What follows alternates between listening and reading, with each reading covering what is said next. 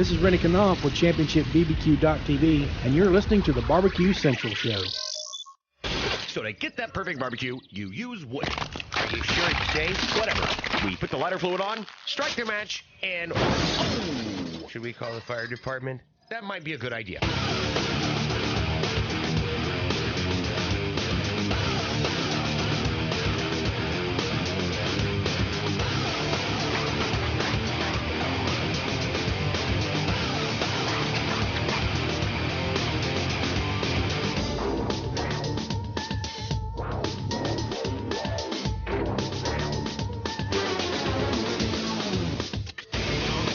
All right, good evening and welcome to the Really Big BBQ Central Show. Oh yeah, it's the show that talks about all things important to the world of barbecue and grilling, broadcasting live and direct from the Rock and Roll Hall of Fame city of Cleveland, Ohio. It is the barbecue capital of the North Coast. I'm your program host, Greg Rempe. Happy to have you aboard here on your Tuesday evening. You want to jump into the show tonight? Yeah, more than happy to have you. 216-220-0966. That's the phone number. You can also email the show, Greg at thebbqcentralshow.com. Everything else you want to find out about the show can be found at the main website, thebbqcentralshow.com. And here's what's happening. Let me tell you something. I don't know if anybody else didn't get it, but I did not get my own newsletter that I sent out at 4 o'clock today. Did anybody else sign? Does anybody else in the chat room right now, are they an active subscriber to the newsletter and they didn't get it tonight? Goes out at 4 o'clock in the afternoon. Very upsetting. This is only being built upon by the fact that over the last 3 or 4 weeks, I've had various emails sent in to me during the course of the week saying, hey, I used to get the newsletter. I don't get the newsletter. I realized at some point that I also did not get the newsletter over the last couple weeks, so very troubling things going on at iContact.com. However, I have printed out the customer service phone number, and I will be lobbing them a phone call, and much to their dismay. Just prefacing the fact that it's much to their dismay. However,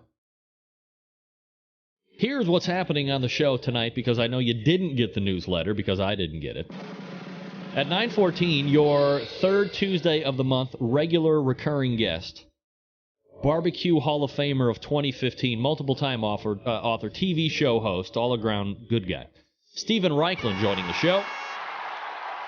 9:35, he's been on the show before. However, it has been a bit. You see him on television quite a bit. You see him on the Facebooks, social medias, and so forth. Ernest Cervantes, Burnt Bean Company, will be joining us, 9:35. Then we'll move to the second hour, and we continue to roll on with barbecue pit manufacturer people. This guy falls into that category, this time, however, under the subcategory of barbecue pits in pellet cookers. He had his own real barbecue radio show for like 14 years, which we'll also discuss with him. Bruce Bjorkman, Mr. Barbecue, will be joining us at 10:14 to bestow the virtues of the Mac Grill. If you're not familiar with those, you'll get up to school on those. And coming up at 10:35, out of the bullpen, as we say, the winner of the most recent Sam's Club local qualifier, the pitmaster of Insane Swine Barbecue, Jared Housengate, will join us. Your phone calls, your emails, if you are so inclined, 216-220-0966, Greg at thebbqcentralshow.com, your 2 bits of contact info. All right, you're watching the show right now. Get on the Facebook, get on the Twitter, whatever kind of social media you use. Let everybody know the show is up and running. thebbqcentralshow.com, the best place to go to get the live audio. If you want to see the video stuff, send them to outdoorcookingchannel.com. The multiple-year, bordering on decade, I think, syndication partner video side for the show. You can also go to the Roku App Store, as well as a number of IP television platform offers the Outdoor Cooking Channel app, so go ahead and check that out. Download it if you have the Outdoor Cooking Channel app in your particular IPTV platform, and you can watch the show live from your couch on your high-definition television. No guarantee on the eyeballs, folks, but I'm just telling you, you have that option.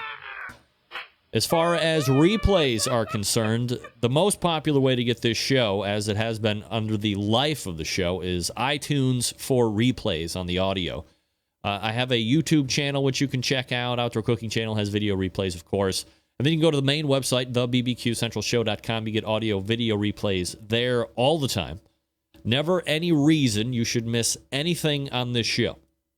Not even ever. So if there is something going on where you can't watch the whole show in its entirety or whatever the case may be, never fear. You can always find a way to get to replays of past interviews, really good calls, emails, my rants, whatever you want. That's how you do it. So first things first, I want to thank Dan Uladal. Dan is a sponsor of this show, one of the newer sponsors of this show. He has the Chops Power Injector, and he sent me one probably 2 or 3 weeks ago. I showed it off on this show a couple weeks ago, as far as just showing you what it looks like if you hadn't seen what it looks like. But imagine a half-gallon can that looks kind of like an insecticide sprayer. And then it's got a tube running out to this molded manifold situation. Then it's got 4 injector needles at the end of it. And then it will puke out your injection through 4 needles under pressure. It's fabulous. I was a little skeptical on how great it was going to be. However, I did a small, very small, cater for a friend/client over the weekend to the tune of 3, 9, 10-pound pork butts. Let me tell you, I used Jim Elser's Sweet Smoke Q juice, which was great. And I dumped it into Dan's Chops full power injector, put it under pressure. And it was just a thing of beauty. I'm telling you right now, if you are a backyard guy like me, if you are somebody on the competition trail, and you have just had it with the single needle situation on injection. Now, maybe you're an OCD a-hole, and it's got to be 1 needle. You know, I get that stuff. I'm OCD too, as far as vacuuming carpets upstairs, make sure the lines are right. I get that. But if you're not, I was able to inject 3 pork butts fully in the time it would have taken me to do about 3/4 of one on a single needle. So the fact that you are able to save time to either spend with your family, if you're a backyard guy like me, or to start prepping something that much earlier if you don't have to worry about all the time you're going to be spending injecting your stuff. With the Chops Full Power Injector, you are getting it done very, very quickly, very efficiently, and it used all of the injection too, by the way. So it's not like there's a lot of waste left over. So if you are teetering on the edge, I highly suggest after using it, go get one. The half-gallon is the best $100 you're going to be spending on an injector. It is proven. A lot of other people are using it, but this is coming direct from my mouth. I used it, and I can't wait, quite honestly, I can't wait to use it again. And as they say in the read, which I say each and every week, I might try to inject some alcohol into some melon or fruit or pineapple. I mean, can you imagine some high-powered rum going into a pineapple, letting it marinate up in there, and then cutting it off and enjoying the fruits, pun intended, of your labor? Yeah. Sounds good. So it's Barbecue Kansas City, BARBEQUE, barbecuekansascity.com. Grab your Chops Power Injector. Highly recommend. Also, let me tell you this.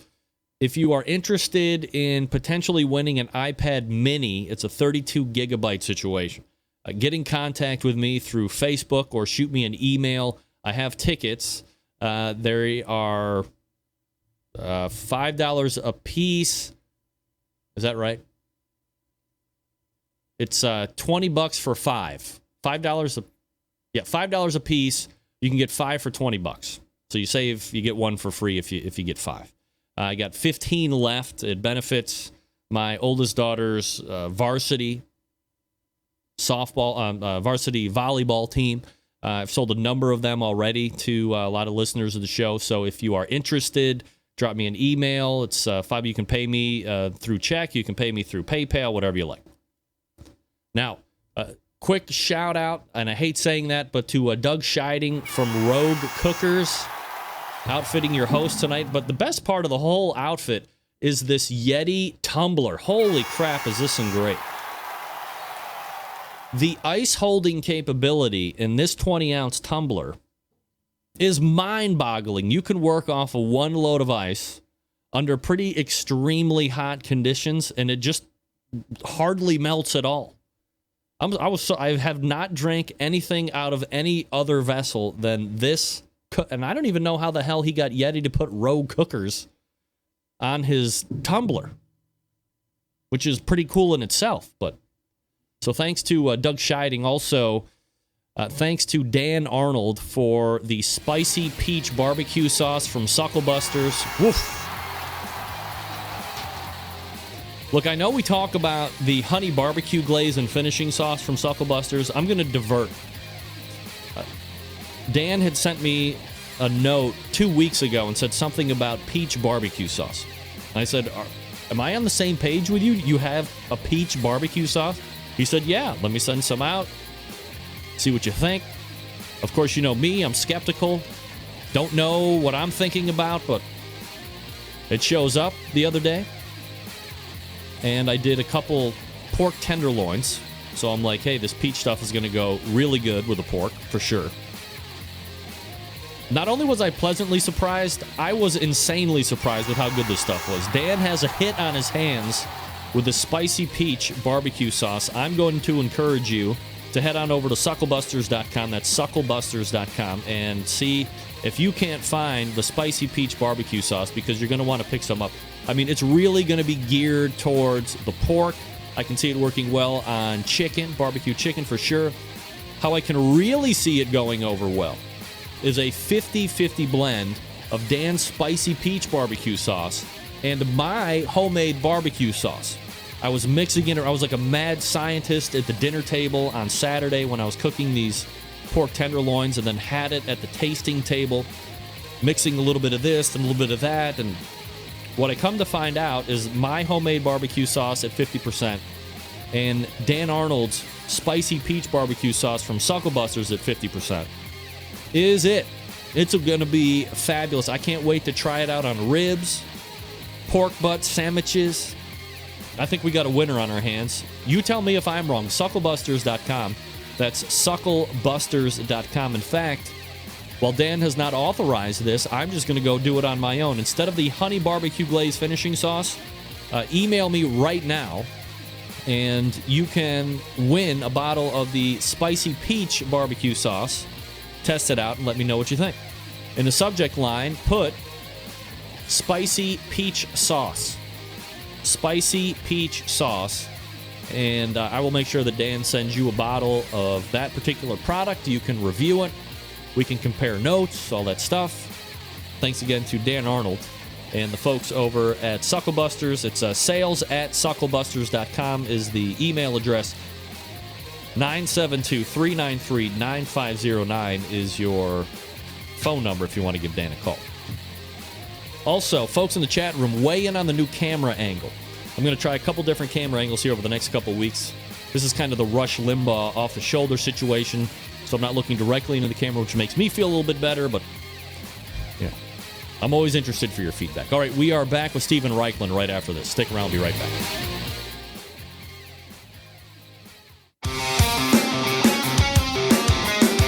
Broadcasting live from the BBQ Central Radio Network studios in Cleveland, Ohio. You're listening to the BBQ Central Radio Show. Once again, here's your host, Greg Rempe.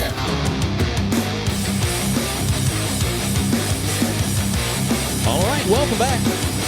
This portion of the BBQ Central Show is being brought to you by Sam's Club National Barbecue Tour. 31 cities, $500,000 in cash to be won. Next stop on the tour is this Saturday, August 22nd, 2015, in Harrisburg, Pennsylvania, a local qualifying event. It will send the top 6 teams to the Richmond, Virginia regional final on September 5th. To find out more about the Sam's Club Barbecue Series, to check results, or potentially to register your team to compete if they're still doing that, you can visit the website kcbs.us/Sam's Tour. That's kcbs.us/Sam's Tour. All right, my next guest can be found here on this show every third Tuesday of the month. Multiple-time author, TV show host, and contributor to this show. 2015 Barbecue Hall of Famer Steven Reichlin joining us on the show. Steven, how are you, bud? I am doing great. How about you? Doing absolutely fabulous, Steven. We've had a run of great weather here in the Rock and Roll Hall of Fame city over the last 2.5 weeks. So with the dying down of the travel softball league and both my oldest and youngest daughter, mix that in with some great weather, I have been outside cooking my face off the last couple of weeks and trying to make up for lost time. Are you a guy that is cooking quite often outside, or is that more along the lines of a work thing, and you want to separate that at all? No, anytime I am home, I am grilling outside. And I would say, now I'm on the road a lot, but when I'm home, we grill. We're in Martha's Vineyard this time of year, so a lot of incredible seafood. I just did lobsters on the grill. We get this amazing harpoon swordfish, which I grill over wood. This is our glory time for all of us. No doubt about it. Steven Reichlin joining me here on the show. Steven, when you're on the road, and you said when you're home you like to be outside grilling as much as possible, but when you're on the road, what kind of fare are you taking in? Are you a guy, and I guess I'm kind of guessing here at this, but you seem to be, if you're in a city, you might do some research on where you're going and maybe go around the normal hot spots and find a little bit more of the intricacies of the cities that you're in. One of the great things about traveling so much is the opportunity to see and meet and experience new flavors, new restaurants. That doesn't mean that all I eat is barbecue. I'm also curious and fascinated about restaurant food trends. But I get a lot of ideas, even if it's not a barbecue joint. I'm speaking to you now from Berkeley, California. And this is the epicenter of the wood grill in California. Grilled vegetables, grilled squid, grilled all manner of grilled seaweed. Last night I had a 6-hour braised short rib that was then finished over a wood fire. Just spectacular. Is that a Santa Maria style situation out there with the red oak, or do you find that the wood being used out there is a little bit more diverse than one that would normally consider a traditional California-style barbecue? Well, the wood in question last night was oak, but it couldn't have been further away from the Santa Maria tradition. First of all, beef short ribs, not tri-tip. Second of all, it was a 2-step cooking process. It was a braised rib, that was finished over a wood-burning grill. Complex sauce, wine-based. But this is a part of my world. This is part of our world. What I love about barbecue is, it's the brisket and the ribs and the pork shoulder and the tri-tip, but it's also the application and harnessing of a wood fire to imbue all sorts of flavors and textures in almost any food you can imagine. Steven, one of the things that I saw the other day that about took me off my chair was I was watching one of the episodes of Project Smoke, and you said right there for everybody to hear loud and proud that you had really never either enjoyed or never had shrimp cocktail in its normal fashion. And then you proceeded to, dazzle the viewers with a smoked shrimp cocktail recipe that looked absolutely tremendous. But, is that true? Have you never really taken in a traditional shrimp cocktail that you would get at a Indianapolis, Indiana, St. Elmo's situation? Well, I know I'm treading on delicate territory here, but I have to say that boiling is the least interesting method of cooking that exists. Sure. About the only food that I boil is an egg to make a hard-boiled egg, which I then shell and smoke. And why anybody would boil shrimp when you could grill it, it escapes me. So I've never understood the charm of a boiled shrimp cocktail. However, you take that same shrimp, you slather it with a spice paste, or you hit it with a spicy rub, you smoke it, you cook it over a wood fire, and then you can serve it chilled with an interesting barbecue sauce. The dish on Project Smoke that you referenced, it's actually a Yucatan-style barbecue sauce, which means that the ketchup is electrified with chipotle chilies and enriched with grated orange zest and orange juice. That's a shrimp salad. That was shrimp cocktail. Yeah, and it looked absolutely fabulous too. So obviously you're It was eating good, yeah. with your eyes, Yeah. but I'm sure it tasted really good. So we have That's a fun show. That's the surf and turf show, right? yeah, absolutely. Yeah, it was a great show. I'm not a huge, fish guy. I mean, I don't mind shellfish. I'll do crab. I'll do shrimp. But once we get out to, I mean, I live in Cleveland, so obviously walleye and perch is prevalent. Obviously, heavily laden with chemicals in Lake Erie. However, it's just not something that I've been able to get into. Just like in a pan, even on a grill. So, my father-in-law's very disappointed. He's a big fisherman. He's always bringing me stuff to smoke on the grill. But, I try. Every year I try. That's like my mantra ever since I was 30 years old. I didn't like wine. I tried every year. And then finally, after 30 years old, I started to like wine. Same thing with all these other foods. You find, Stephen, as you progress in your years, that your palate is continually changing and things that maybe you didn't like a year ago are now attractive. Well, I do believe your palate evolves, and so do your grilling skills. I'm the kind of guy that I love just about everything I eat. Those noises I make on the show. It's funny, I had dinner with some friends the other night, and they said, "You're making those noises that you make on the show." I love eating. I love flavors. I love new tastes. But I think I might have a fix to your fish problem. I'm all share it with ears. you? Yes, please. Okay, so it involves a plank. It could be a cedar plank or an alder plank. But instead of soaking it, which is the standard way of using a plank, and in fact, the way that I've recommended in some of my books, you char the plank on a hot fire, almost to smoking, almost to burnt. And then you turn it over and you put the fish on the charred plank. And then you put it back on the grill, direct grill, not indirect grill anymore. You char the bottom of it. And that gives you so much flavor. And if you're still a little dubious about that, just try tying a strip of bacon on the top and the bottom of that piece of fish. Works great for trout. I imagine it'd be great for pike or walleye. And I think it might give you a whole new perspective on grilled seafood. Well, I will absolutely try that. We're talking with Stephen Reichlin. You can find him at barbecuebible.com. Also the host of the new TV show Project Smoke, which can be found at projectsmoke.org.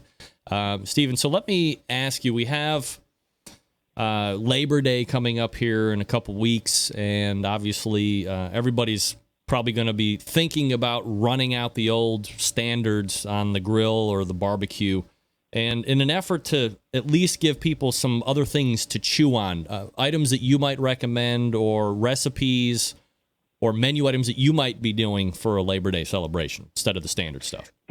Well, let me start with what we're doing. So, we're still up on Martha's Vineyard, and we do a grill top clam bake on Labor Day. We take the grill out to the beach. We start, so instead of digging a hole and, lining it with stones and seaweed, which in effect is the process of steaming, only slightly more interesting than boiling, everything gets grilled. The corn gets grilled. I put the clams in a grill basket with some diced linguiça sausage, and that gets grilled just until the clams pop open. Split the lobsters. They get grilled with herb butter. It's the potatoes. Potatoes get put. They get smoked and then turned into a smoked potato salad. Still getting some good Maine blueberries, so there'd probably be a Maine blueberry cobbler for dessert, or maybe sliced watermelon, sprinkled with goat cheese or diced salty cheese. That's an amazing dessert. So that's the Reichlin Labor Day. For our blog on barbecuebible.com, we're going big this time. We're going to talk about foods and dishes that you can cook in large quantities for a crowd.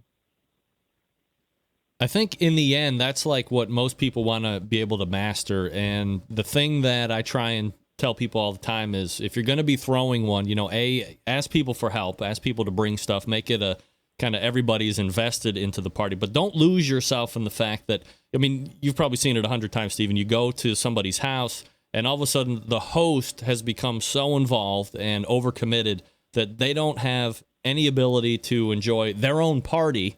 So there's got to be some ways to avoid that, right? Oh, yeah, that's it. Well, I'll tell you what, I'm going to give you my 4-part answer to that question, my 4-part solution. So first of all, not only get people involved with bringing stuff, but get people involved with the grilling. So first step, it's an appetizer that you grill to order and serve hot off the grill, right? Because where does everybody go? They congregate around the grill. Right. So maybe it's grilled garlic bread, or maybe it's bacon wrapped dates, or maybe it's that shrimp cocktail, that you can grill ahead and serve cold. That's a super big help. Okay, step number 2 is grill a giant platter of vegetables. Why? Super colorful, can be grilled ahead. You could even do it the day before. Grilled vegetables taste great at room temperature, and that hassle's out of your hair. Step number 3, grill a big hunk of meat, and grill or smoke a big hunk of meat. Maybe it's a brisket. One thing I've been doing a lot since we did it on the show is a whole beef tenderloin that you smoke. And we actually, I love doing it in the pit barrel cooker, and you hang it from the hook, and takes about 45 minutes. You slice it. It's absolutely regal. Whipped horseradish, whipped cream, great sauce. And then you bring it back to cooking to order again for the dessert. And maybe it's some really cool s'more, like you smoke the marshmallows ahead of time. Maybe instead of graham crackers, you're using homemade chocolate chip cookies or shortbread. Or maybe it's a grilled pineapple that you put on a rotisserie. You peel it and sprinkle it with cinnamon sugar. But that whole idea is sort of you're using your grill both to cook ahead of time and then show off at the last minute. Stephen Reichlin joining us here on the show, giving us some holiday tips to not get lost at your own barbecue or grilling event for the upcoming Labor Day situation. Stephen, let me ask you something. I like that. That is a great title for a blog, How to Not Get Lost at Your Own Party. Yeah, I mean, it's so easy to, that was me 6 or 7 years ago. I always had these great ideas, and I envisioned how well this party was going to be, but I didn't envision the part where I was going to be running my ass off in between outside, inside, and making sure everybody's stuff was done. It was no fun for me, and I was the one giving the party. Yeah, I'm afraid that happens pretty often. Well, we've tried to help people out now, so they will do with that information what they will. However, one of the other things that I know you're pretty passionate about is the fact that it's a seasonal thing or local stuff or both. What's where you at locally and what's in season. People really need to go out and do a little bit more research on the regions that they live in and the stuff that they can be putting on the grill depending on what season we are in, right? That is such an important principle. I would say that the 2 biggest principles that are guiding me in my grilling life this year, today, next year. 1, seasonality, and you will not get salmon at my house in the fall, winter, because I cook salmon only when I can get wild salmon from the Pacific Northwest. I'm not interested in farm salmon. You will, right now you'll get corn because the corn on Martha's Vineyard is absolutely fabulous. And we have this, somehow I think we've been spoiled in the wrong direction in America where we want everything all year long. We want to eat blueberries in the winter, and that's not how it's supposed to be. And when you cook and grill seasonally, you come to look forward to certain foods and flavors, and it just increases the pleasure. The other thing, and I know, Greg, we talked about this last month, what your food eats, where it comes from, matters as much as how you grill it. And to me, organic chicken, heritage pork, grass-fed beef, these really, for me, that's my competitive advantage at this point. Stephen, in that regard, and I don't think we really talked about it, I didn't really follow up on it, is how does one, on the consumer side, confirm that the grass-fed beef or the humanely raised and taken out chickens or whatever you want to have as protein is really what they say? How are you able to really make sure that you're paying what you're paying for, I guess? Yeah, well, that's a very good question, and we started down this journey, shopping at places like Whole Foods, looking for the label organic. Organic does mean something. But what we have done since then is we've really tried to cultivate relationships with individual farmers and growers So, like on Martha's Vineyard, for example, there's Livingston the Chicken Man, and we get all our chickens from him. We call him, we tell him what we want, and he, we've learned to have him slaughter it 2 or 3 days earlier, so it's not so fresh. You can eat a chicken that's too fresh. Go to your farmers markets and make friends with your farmers.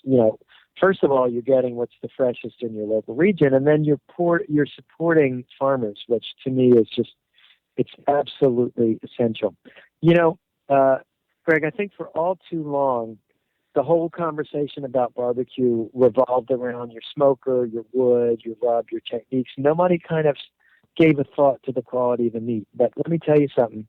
I did a grass-fed brisket a few weeks ago. It was the best brisket I ever made. What were the seasonings? Salt and pepper and hot pepper flakes.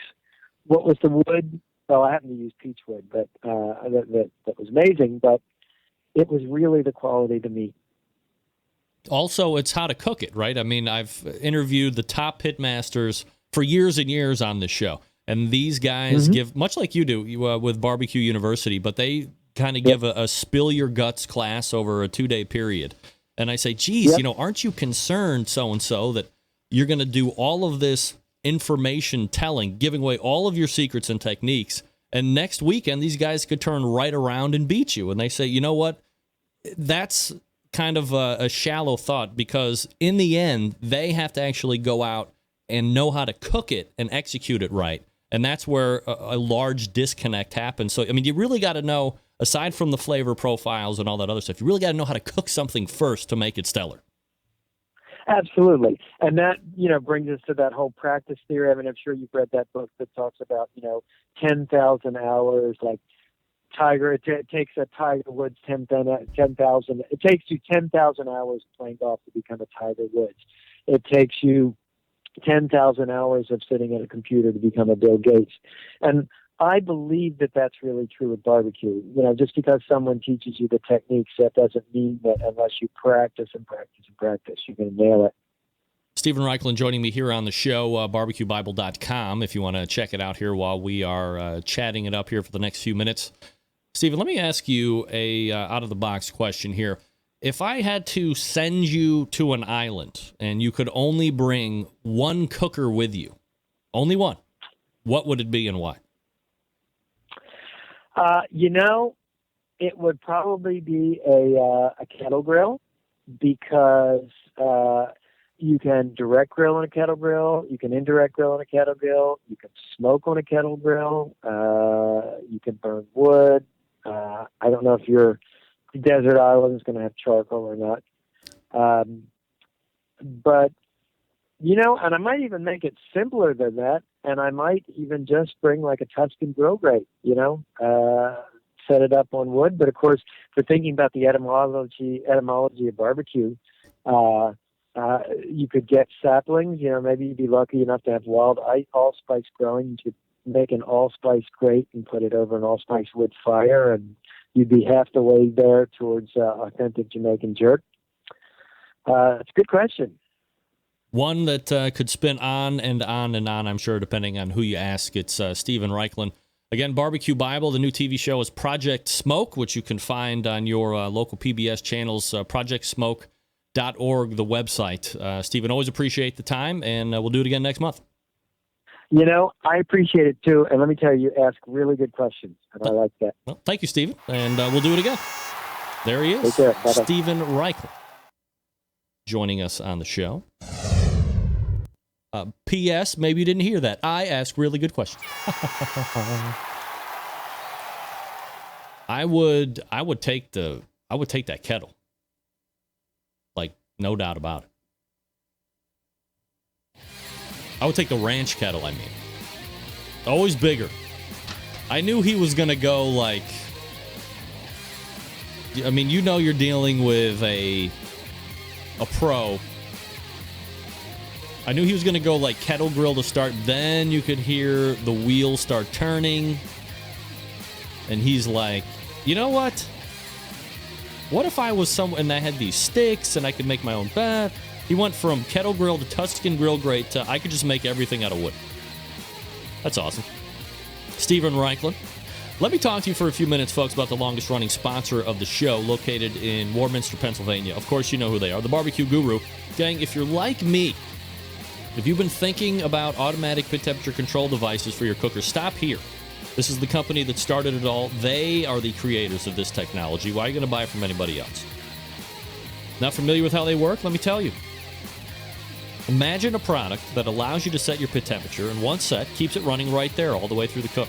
Sound too good to be true? It's not. It's real life. You can take advantage of this technology today. Now, maybe you are a busy working professional. Perhaps you are constantly on the run with kids. You're doing errands. Quite frankly, you just don't have that time to sit around and tend the pit temps. I get it. The Guru allows you to throw on a pork butt or a brisket or a couple slabs of ribs. You're off to do whatever it is you need to get done. And the Barbecue Guru maintains that pit temperature you set it at. If you're looking for kind of like a cruise control for your pit, might I suggest the Party Q at $149? You get a revamp, relook type of a type of an automatic pit temperature control device. It runs on AA batteries. It's a self-contained package. It can go from cooker to cooker to cooker. It's very nice. You can also go a little bit more tech geek with the CyberQ Wi-Fi. It'll run up to 2 pits at once. You connect your smart device to this unit, and then not only can you monitor where your internal temperature or your meat is or where your pit temperature is, you can make adjustments right from your phone or your tablet, your netbook, your laptop, whatever it is. No reason to get out of bed anymore to make those pit adjustments. If you're in the market for a cooker, how about the Onyx Oven? Yeah, winning on competition circuits as well as in backyards all over the country for years now. It's fully insulated. It holds a lot of meat. Gets those half and full pans in there for food service, no problem. You know it's going to work seamlessly with the Barbecue Guru pit temperature control devices, any of them. Do yourself a flavor. Head on over to thebbqguru.com. Check out their products. If you have any questions, call them 800-288-GURU. They will make sure you're outfitted with exactly what you need to get you up and running right out of the box. 800-288-GURU or visit thebbqguru.com. The Barbecue Guru is a breakthrough in barbecue technology. Ernest Cervantes out of the break. Stick around. Be right back.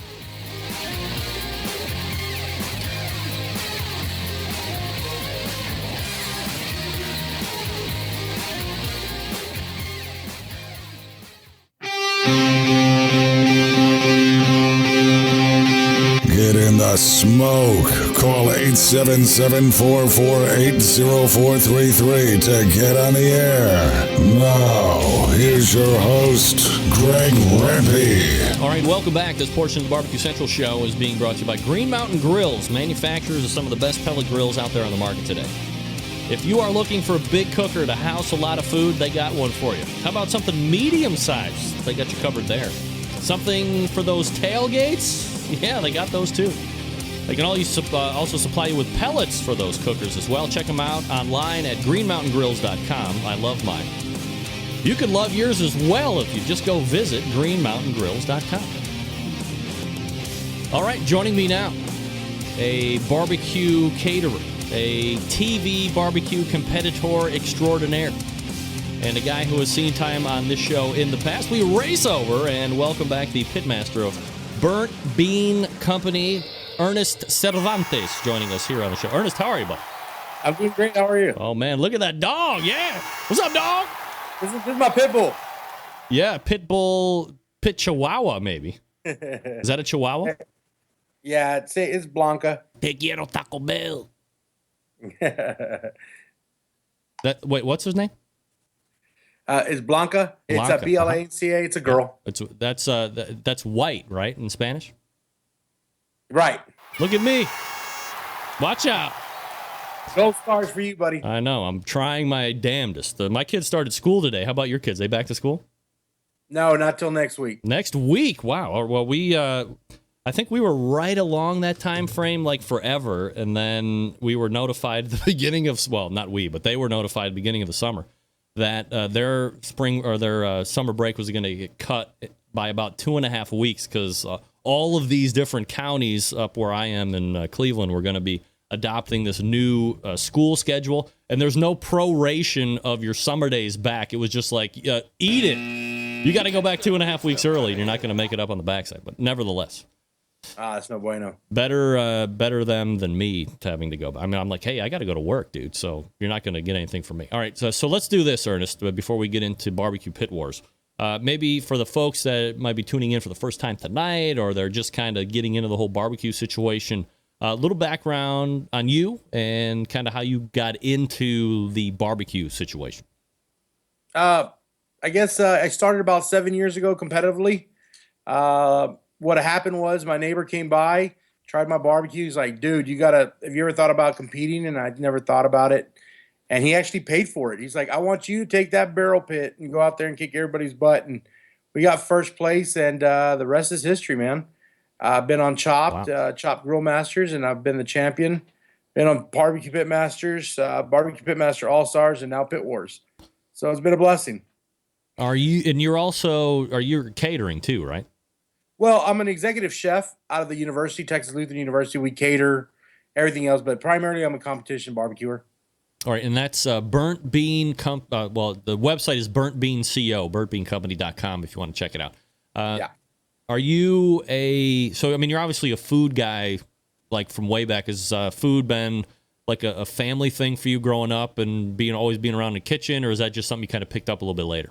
No, that's pretty much how my life revolved, was around food. You know, growing up, my grandma had a restaurant. Mom and dad, I guess that was the best way to show that they loved us, was through, food. And we're a bunch of foodies in our family, and I guess it just snowballed to me. So I'm just passing generation after generation.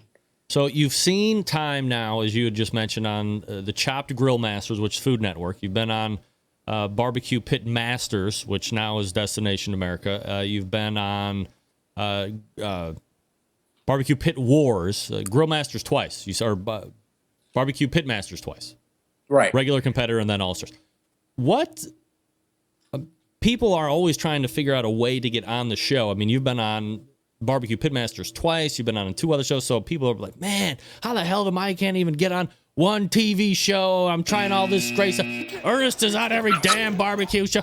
So like, what's the deal? Like, you just have the magic look, or you got the rap down, or what's your success to getting on the TV shows?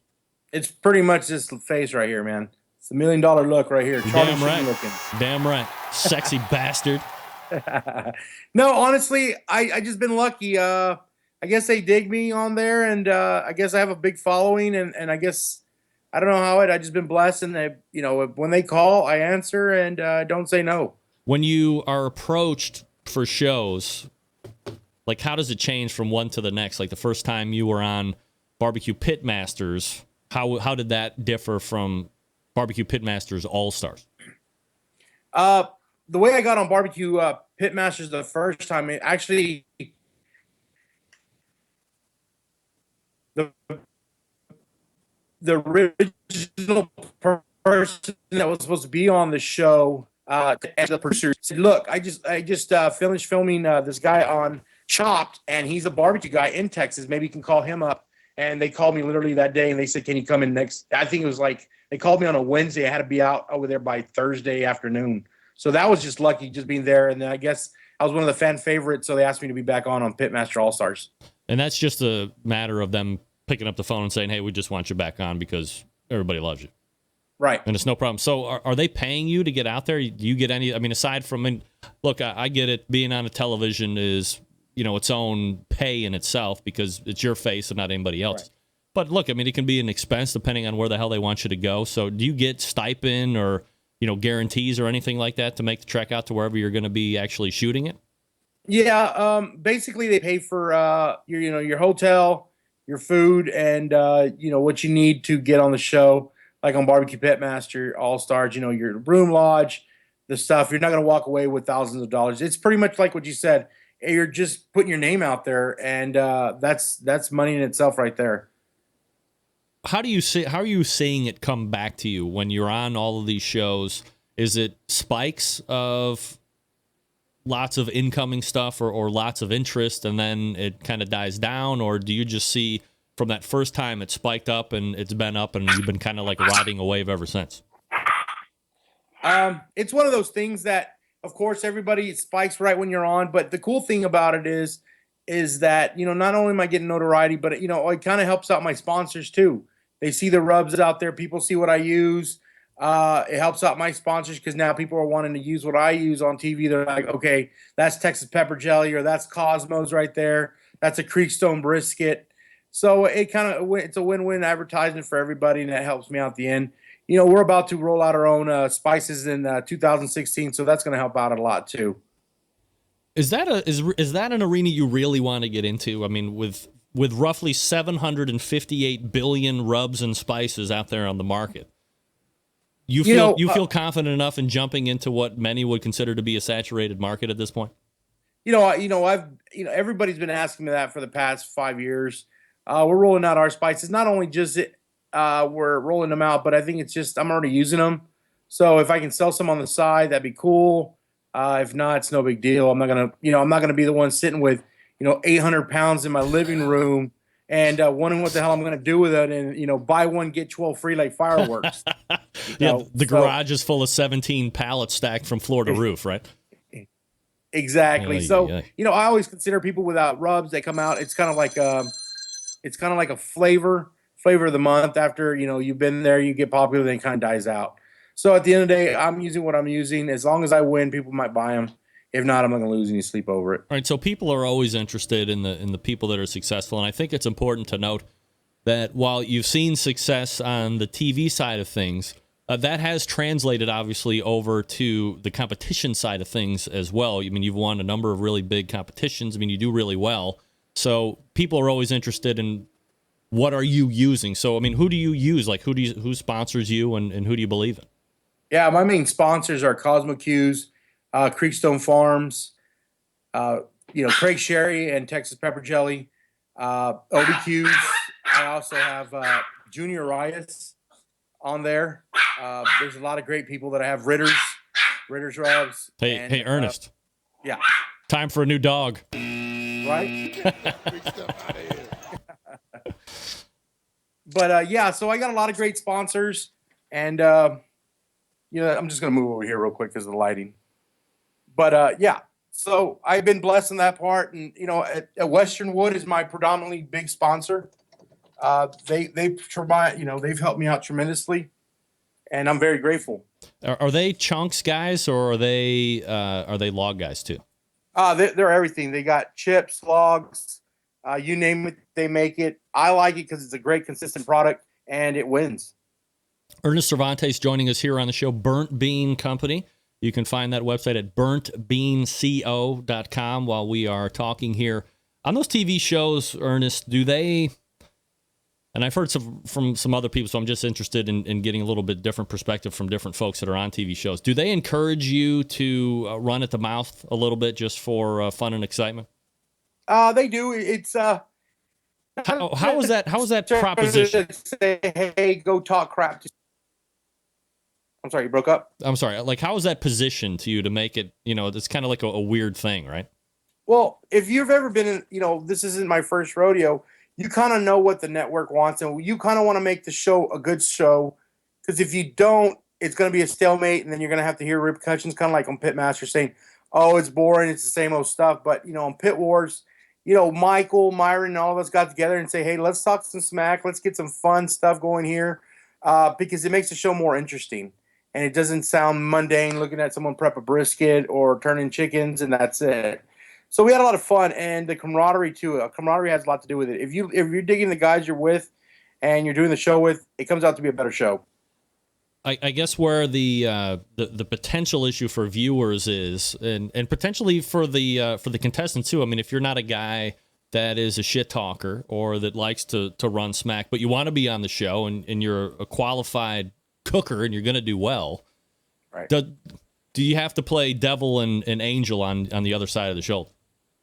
Yeah, would you rather see a guy that's funny, comes up with great one-liners, talks a little smack and backs it up, or a guy that's really good at barbecue but doesn't say anything? He's just there. It's not good for TV. Maybe that's why a lot of those people that are crying about not being on television aren't on television.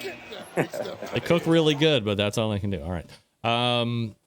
Do you think that Well, let me ask you this question. I mean, it's not loaded because I just kind of asked you. You seem to be on television a lot, but have you noticed that when it comes to barbecue on television, I mean, you see a lot of the same freaking guys on television. Is that just because do we tie back to the fact that the guys that you're seeing can cook, but then they can also bring the Hollywood side to the show as well?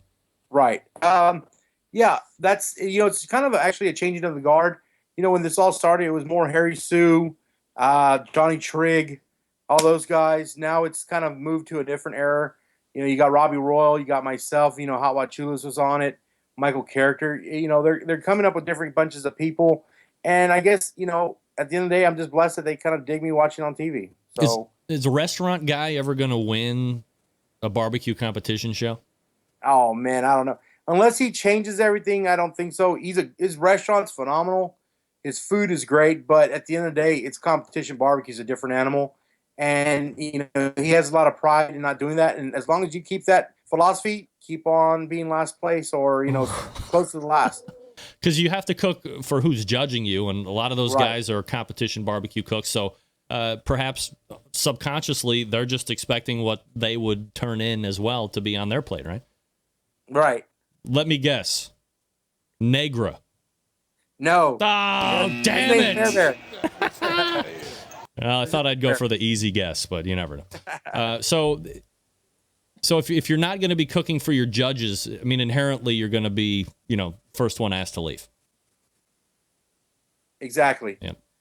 At the end of the day, we're not cooking for ourselves. We cook for ourselves at home. At cook-offs, you got to cook for your judges and what they want. No matter how sweet it is, I hate it, but if they like it like that, guess what? I'm not spending $600, $700 just to do what I want to do. I want to win. So talk to me about Barbecue Pit Wars. For the folks that maybe haven't seen it, maybe thumbnail sketch out the idea of the show, and then, what did you think about being on it versus some of the other shows? Pit Wars, I really liked the show. Last year, it was the first season. They asked me to do it last year, but I had a wedding I had to go to right in the middle of filming, so I wasn't able to get on it. So I was fortunate enough to be asked this year. All it is pretty much, in my opinion, what they did the first couple of seasons of Pit Masters. They went back to the roots of competition and seeing us how we compete. But the difference was we were competing against Myron in Georgia and Robbie Royals from Georgia and Mike Characters from Georgia.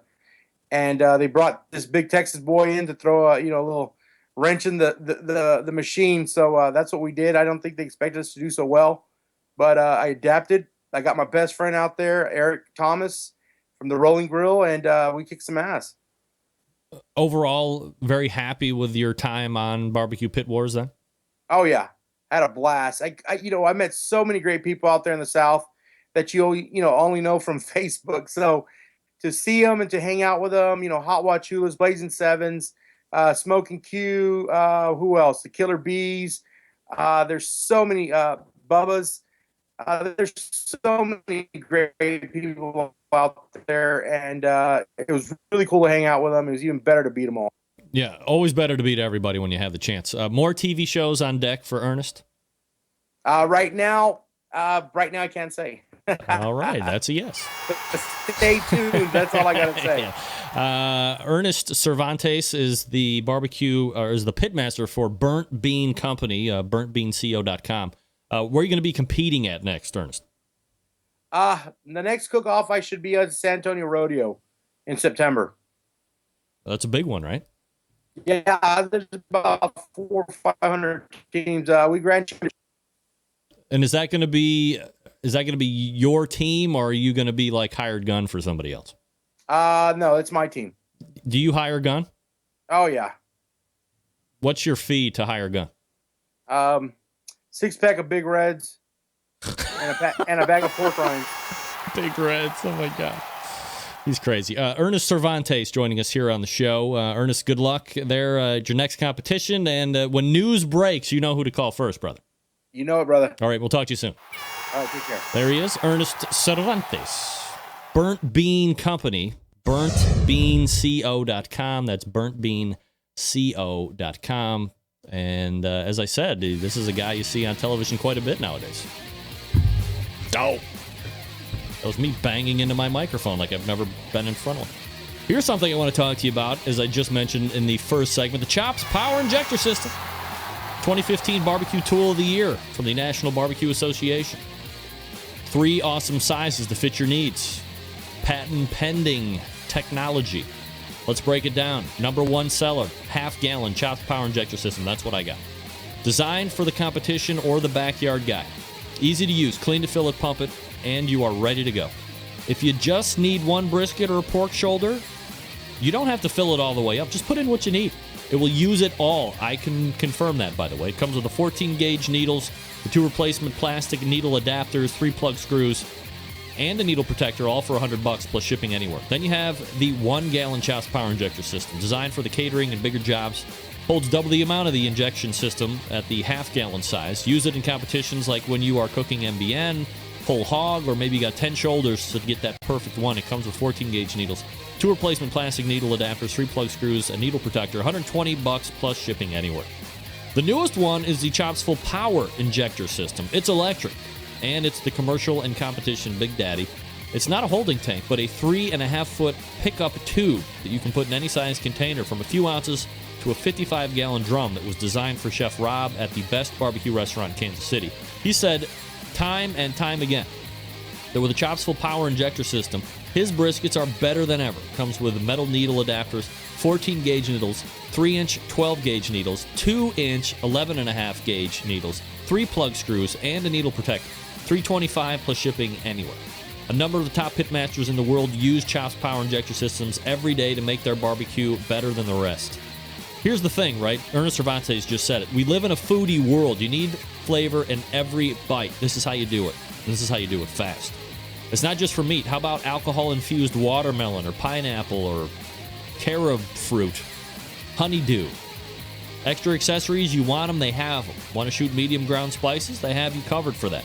They have 2, 3, and 4-inch 12-gauge needles. Also, they have you covered with a 2-inch closed-tip needle, perfect for shooting fatty meats to keep the fat from plugging up the needle. They sell replacement stock needle adapters and plug screws. They have a great upgrade so you can make any Chops Power Injector bulletproof with metal needle adapters. It's perfect. It's Chops Power Injector System. Gives you and your barbecue some power. BarbecueKansasCity.com. BarbeQue. BarbecueKansasCity.com. Thanks to Dan Uladol and the folks over at Chops Power Injector System. We're back to wrap up the first hour right after this. Stick around. We'll be right back.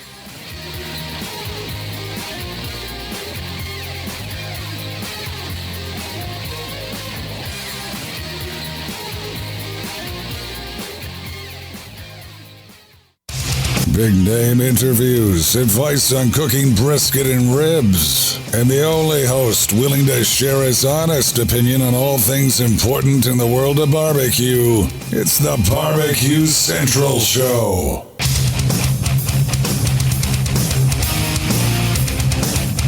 All right, welcome back. 216-220-0966. Greg at the BBQCentralShow.com. Thanks again to Ernest Cervantes for joining me this past segment.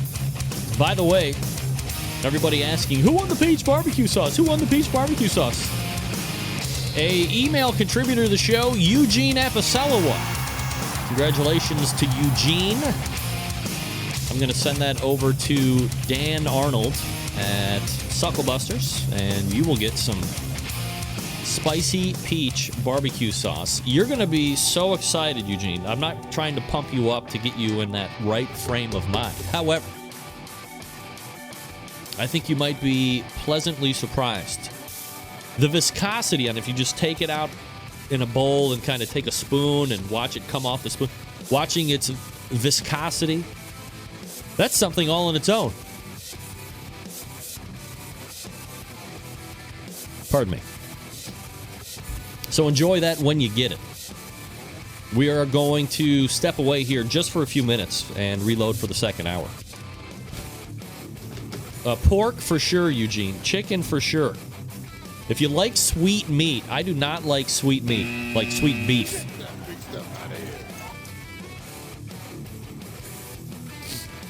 Oh, allergy attack. If you like sweet beef, that might be a winner too. I don't like sweet beef. My wife likes sweet beef. What? Also, if you could, Little feedback on the newly revised camera angle. You like it, you don't like it, you don't care. Want all the feedback there. I'm going to step away, refresh my libation, and we'll be back for the second hour. You are listening and watching the BBQ Central Show right here on the BBQ Central Radio Networks. More to come on the show. Hang on.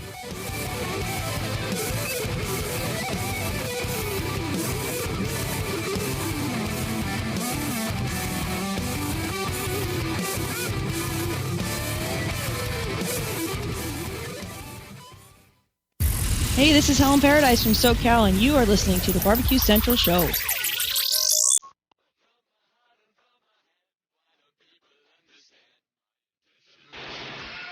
Happy to have you aboard here for the really big barbecue show.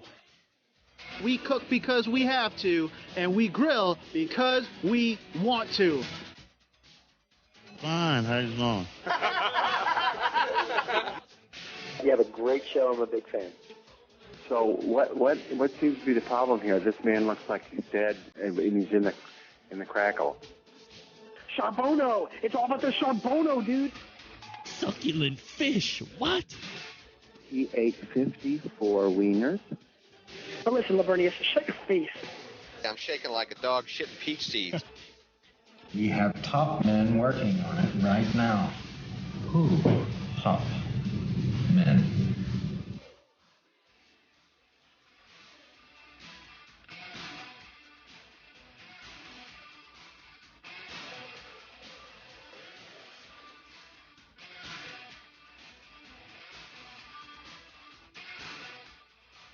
All right, just like that, we are into the second hour. Hey, everybody. Welcome to the BBQ Central Show. I am your program host, Greg Rempe. Happy to have you aboard here on your Tuesday.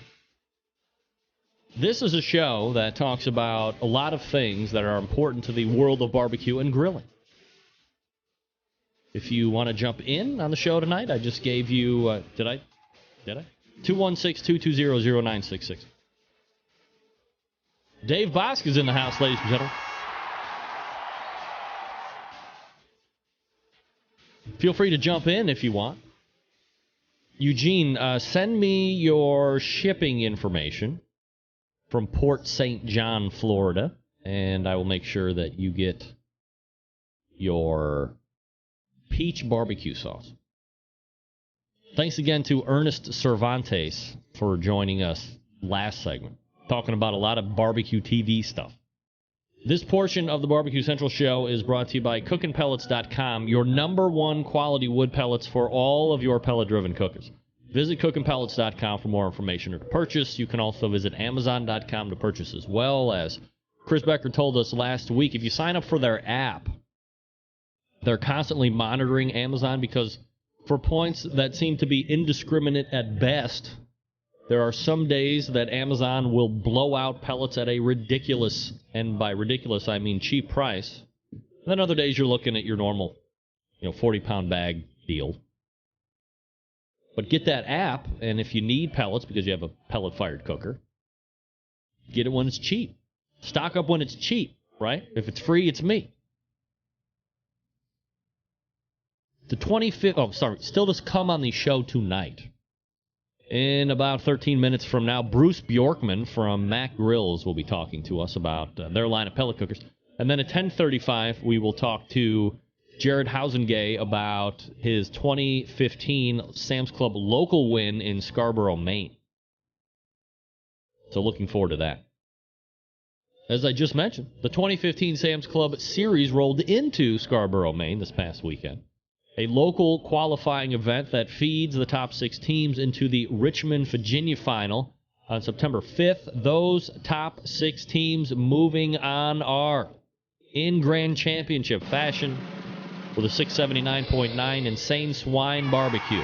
Again, we'll be talking with him in about 33 minutes from now. RGC, Road Hog Barbecue. Third place, Pork Butt Paradise with a 677.14. Wait a second. Who's this number 4 team? Who? The what? Wait a second. Put your hands together. for the Basic Barbecue team. Patrick Paquette and Wendy Paquette with a 677.06. Congratulations as they move on to the regionals. Q and a Half Men with a 670.8, and rounding out the top 6, Smokin' Hogs Barbecue Massachusetts, 664.4. So if you look, really between 1 and 4, not even just 2 points separating 1 from 4. As contests go, 1 through 6, very tight. Well, at least 1 through 5. 6th place dropped off quite a bit. They were about 20 points behind. Well, not 20. 15. Whatever. The next Sam's Club event will be on August 22nd in Harrisburg, Pennsylvania. Again, this will be another local qualifier. Those 6 teams will also feed into the Richmond, Virginia final. Again, that takes place on September 5th. So congratulations to solid and loyal Centralite Patrick and Wendy Paquette for moving on to the Richmond, Virginia regional final, September 5th. 4th overall, so very, very reputable. 26 teams out there, so what can I tell you? The top 10 teams currently in the Kansas City Barbecue Society. Yeah, sure, why not? Still first, 2 weeks in a row, American Dream Barbecue Team. Clark Crew Barbecue second. Iowa Smoky D's third. Getting Basted fourth. Big Papa Smokers fifth. Smoke Me Silly sixth.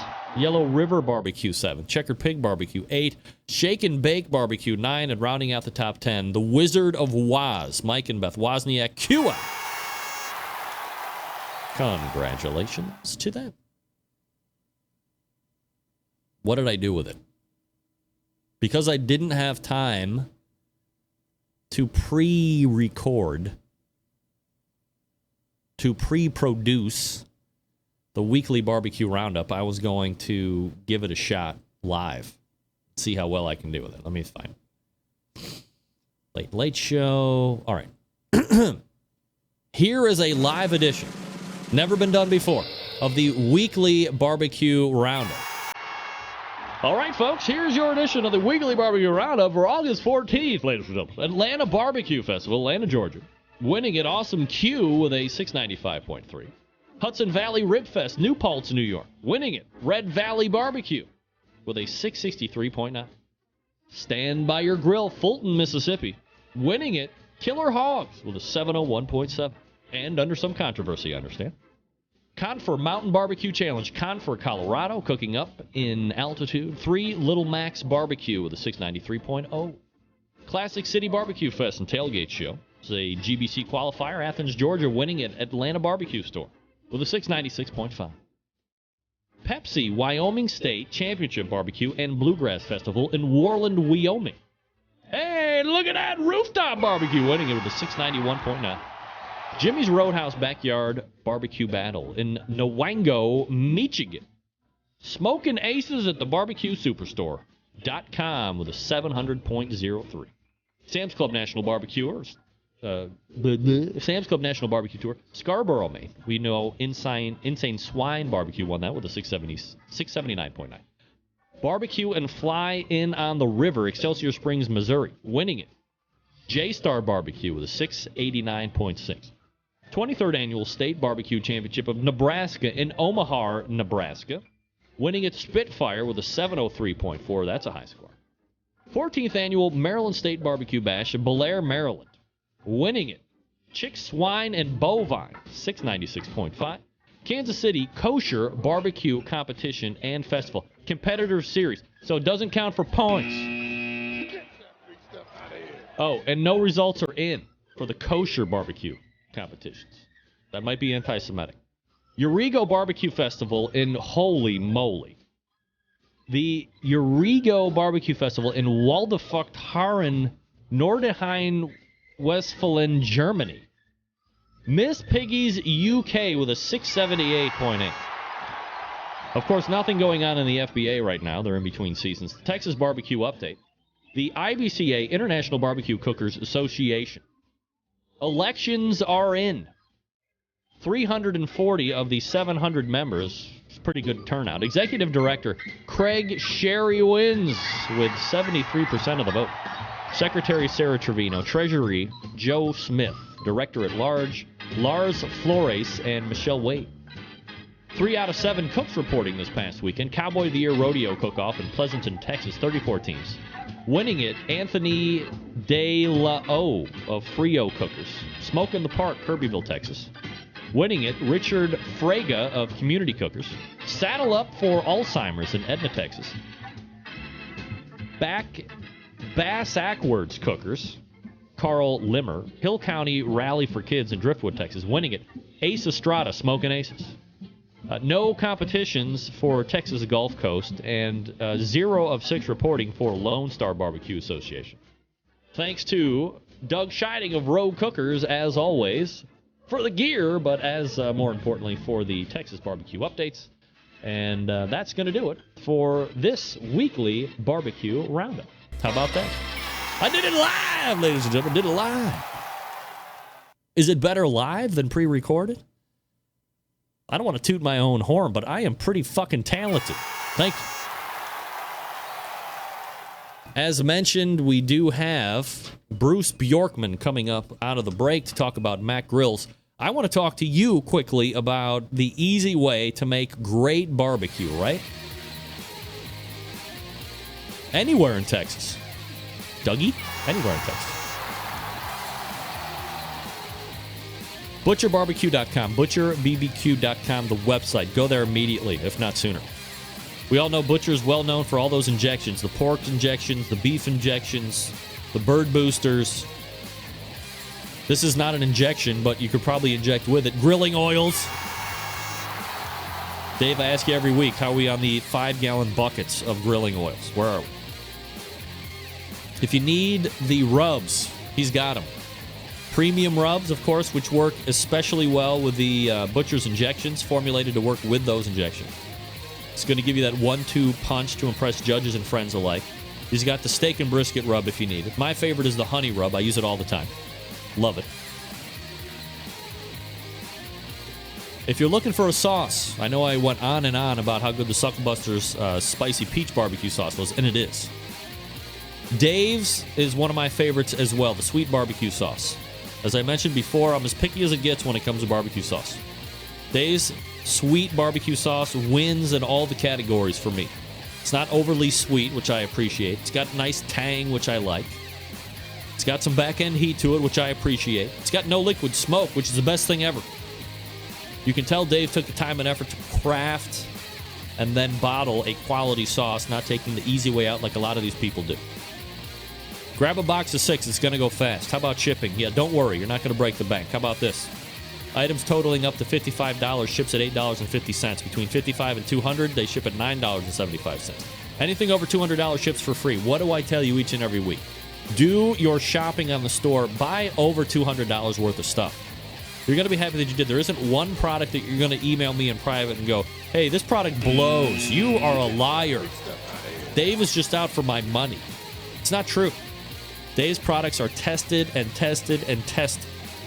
Dave, does Levi use Butcher's Barbecue products in the Butcher's Barbecue stand, which, you know, now, was it 90 days in, is going fabulously well from what I understand. Congratulations to Levi. Head on over to ButcherBBQ.com right now, won't you? Do me a favor. Do Dave a favor. ButcherBBQ.com. Hook up with all the products.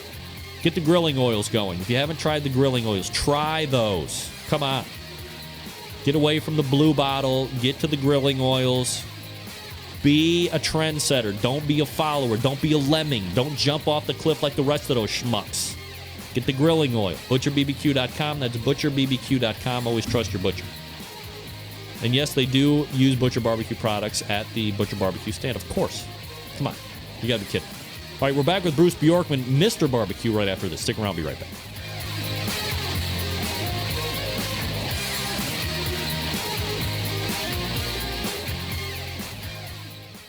Broadcasting live from the BBQ Central Radio Network studios in Cleveland, Ohio. You're listening to the BBQ Central Radio Show. Once again, here's your host, Greg Rempe. All right, we are back. This portion of the BBQ Central Show is being brought to you by iGrill. Yep, iGrill. Makers of the most advanced Bluetooth grilling thermometers, monitors the temperature of whatever you're grilling. Up to 150 feet away. What? Yeah, that's right. Up to 150 feet away. You can use it on your iOS or Android device. Here's the hint. Use promo code CENTRAL for 15% off your purchase at iDevicesinc.com. That is promo code CENTRAL for 15% off your purchase. And believe me, I have to tell you that indeed it is working now too, by the way. Had a little issue with that promo code. I called the folks at iGrill. We have it worked out, so all is well there. Don't worry. You'll get your 15% off because I know you love the deal, Central Lights. All right, let's race over to the hotline. He was a radio legend out there in the Pacific Northwest. He was spending time for years with Traeger, now with Mac Grills. You see him on this show every so often as well. Mr. Barbecue, Bruce Bjorkman. Bruce, how are you, buddy? Hello? Bruce? Hello? That's weird. That was right there, right? Bruce? Your call has been completed. What? However, the party you are calling is not receiving calls at this time. You gotta be kidding me. What? That's crazy. Now, hold on a damn minute.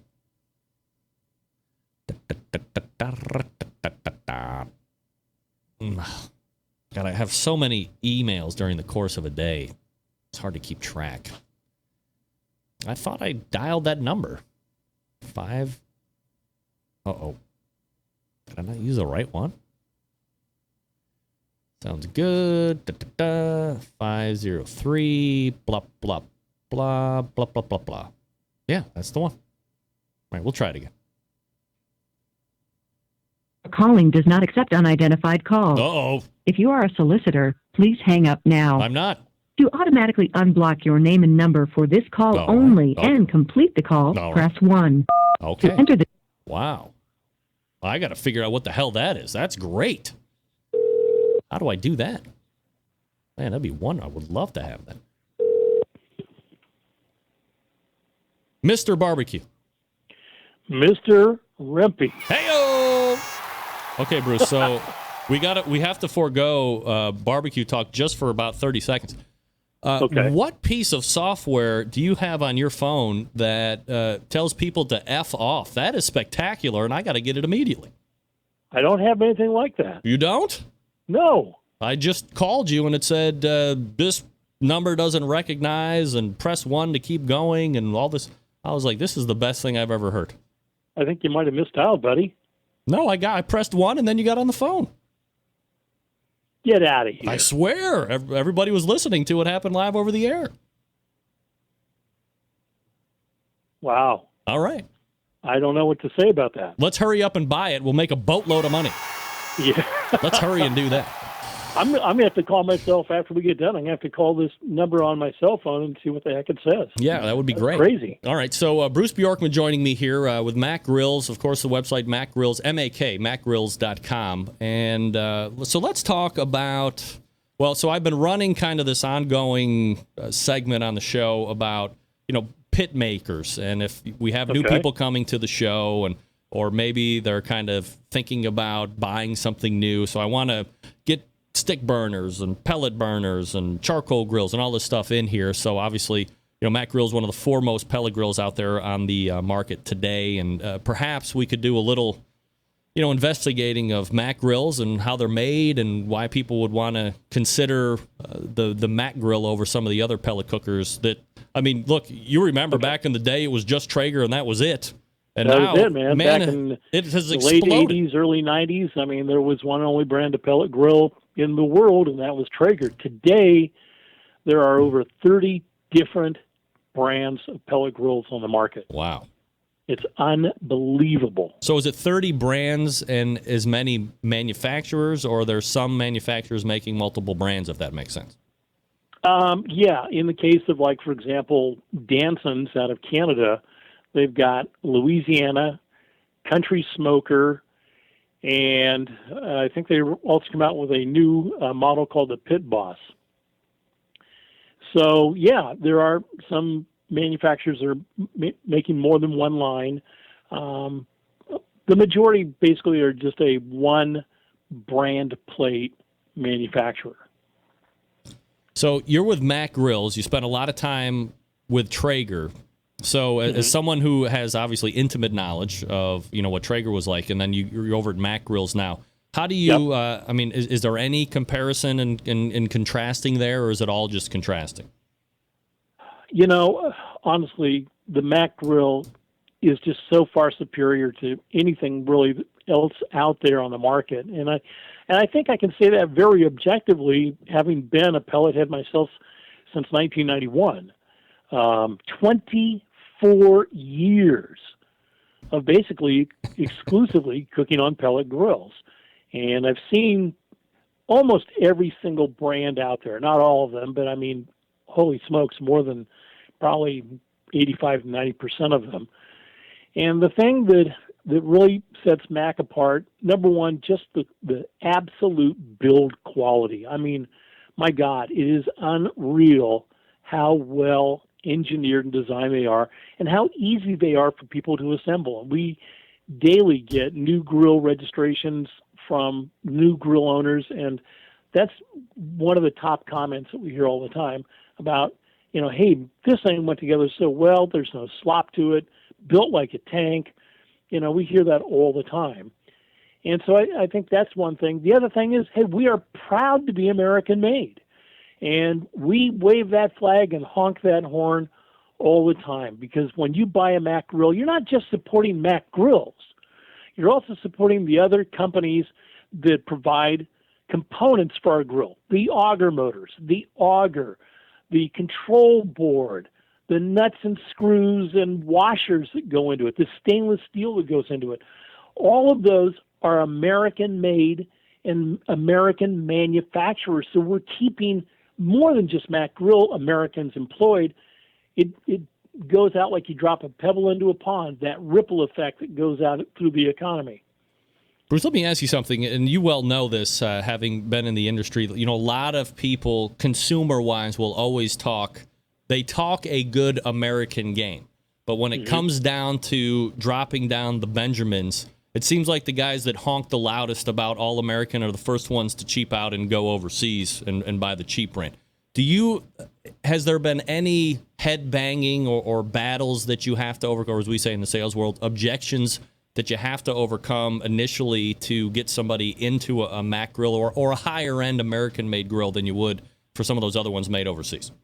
Well, I think the thing that you need to understand, Greg, is Mac grills were not trying to appeal to every single segment of the consumer market. We are a high-end product. We're not inexpensive, and it's purposely that way because we don't cut corners. We only buy the best quality materials and components to go into our grills, and you just can't have quality by cutting corners or doing it on the cheap. So, there are some people that say, hey, I'd love to own one, but I'm not going to pay that kind of money. All right, there's other choices out there for you to, go and choose from, and that's fine. I believe that a lot of the people that are buying the lesser expensive pellet grills is, in our minds, hey, that person is a future Mac Grills owner. So, yeah, there are some people that gripe about it, but the people that look at Mac Grill and look at the quality and the features it's got and how it operates, it more than justifies the expenditure, because you're only going to have to buy that grill one time in your lifetime and be done with it. Bruce Bjorkman joining me here on the show, Mr. Barbecue for Mac Grills. MacGrills.com is the website if you want to check it out here while we're talking. Bruce, so let's go ahead and get into those features and benefits and what makes a Mac Grill indeed a Mac Grill. Okay. Well, I think first and foremost is the controller, the Pellet Boss. It's got more features than you and I have fingers and toes. And we were the very, very first pellet grill manufacturer to come out with a grill that incorporated meat probes into the operation of the grill, meat probes that you don't just stick in and they register the temperature. These are meat probes that you can actually set to alarm at a specific internal temperature. So that's one of the features of the Pellet Boss. The fact that you have elapsed cooking timers. When I do a long-term cook, as soon as I close down the lid on my Mac, I start my elapsed timer. It keeps track of how long my meat's been on the grill, how long I've been smoking it for, or whatever. And so I don't have to use my 61-year-old memory to try and remember that stuff. It does it for me. There are customizable cooking programs that you can go in and set up. So maybe you love to do brisket all the time, or pork shoulder, or ribs, or whatever. You can actually set that grill up to make temperature changes based either on time or meat probe temp, and you can do 5 temperature changes per each one of the 3 programs. Wow. So those are some of the things. Internal ash cleanout, removable stainless steel fire pot for easy cleaning. We eliminated the grease bucket. Now there's a 2-quart stainless steel grease drawer where the grease will run into. And then when it gets full, obviously you pull it out and empty it out. So those are some significant changes. And then the fact that we've also engineered our grills to run at plus or minus 10 degrees set point temperature. And for many of the people that own other brands of pellet grills, you know, they're dealing with temperature swings of 25 to sometimes even up to 50 degrees. The Mac grill is going to lock in at plus or minus 10 degrees of set point temperature. And that's better than the majority of home ovens that you can buy for your house. Bruce Bjorkman joining me here on the show. Bruce, what about in regards to we'll get to that here in a second. All right. A lot of pellet grills will promote they can do it all. They're low and slow cookers. They can do medium range, and then they can get up to searing hot temperatures where you can do steaks, burgers, and dogs. A lot of those fall flat. A lot of them ultimately can't really push over 400 degrees because, they're just not set up that way, and they want to be everything to everybody, but in all reality, they're not. Does the Mac grill fall into that situation as well? No, it actually is able to get to searing temperatures up to 500 degrees. And on the 2-star General, which is our flagship model and our most popular model, we've got, as standard equipment, our Flame Zone direct cooking unit. This is a pan that has, for lack of any other better description, dimples in it. In the middle of that embossed dimple, there's a hole, and there's a whole series of these all the way across the cooking chamber. Well, when you want to grill, you can either raise the temperature to 450 or on high, which will kick it up to that 500-degree mark, somewhere between 450 and 500, and then you grill and sear directly over that flame zone. And I'll tell you what, going from a Traeger, where the highest temperature I ever got in all the models I ever had was like 435 degrees on a very hot August afternoon. With my Mac, and I could never get my steaks, I love ribeye steaks, and so you get that outer subcutaneous layer of fat, could never get it crunchy on a Traeger. On my Mac, that's not a problem. I can get that fat nice and crunchy, and it just makes me as happy as all can be. And Greg, searing starts at 350 degrees. And when I was doing my radio show, I called a couple of very well-known steakhouses and talked to them about what temperatures they seared their steaks. Ringside in Portland, where I'm going to go Thursday night for dinner with some friends, they sear their steaks at 475 degrees. I talked to another steakhouse over in Tri-Cities, Washington, and they sear their steaks at 400 degrees. And then they stick them into a salamander to finish off. So, people have this, I think, misconception that you've got to, if you're going to sear a steak or a chop or whatever, you've got to be at 900, 1,000, 1,800 degrees. And you know what? That's just not true. Bruce Bjorkman joining me here on the show, macgrills.com, the website. Bruce, as far as Mac's attack on the market, is it buying through dealers? Is it all online? Is it a mixture of both? How do you get the grills out to people? It's a mixture of 3 spokes. Specialty retailers. We have 2 internet dealers. And then if you're in an area where you don't have a dealer anywhere around you, you can purchase directly from Mac. What's your thought on, because I know there's different schools, right? One company might want to go as quickly as they could into big box stores, and one company might want to go into an Amazon.com or some kind of a only online retailer, and some guys just want to go through the specialty shop, the mom and pop fireplace and grill stores, and each one seems to have a good idea of why that way is the best. Sure. Is it best to have eggs dispersed all around, or would you rather, if possible, and maybe the culture that we're in doesn't make it possible anymore, but would you, if all things being equal, would you rather just go through the brick and mortar stores and educate the people that are selling them so then they can in turn educate the customers? Do you think that would be the ideal situation? Well, for us, that's definitely the way to go because, again, we are a higher end product. We like the pellet boss. Yeah, that needs some explaining and demonstrating to show people how unique and special it is.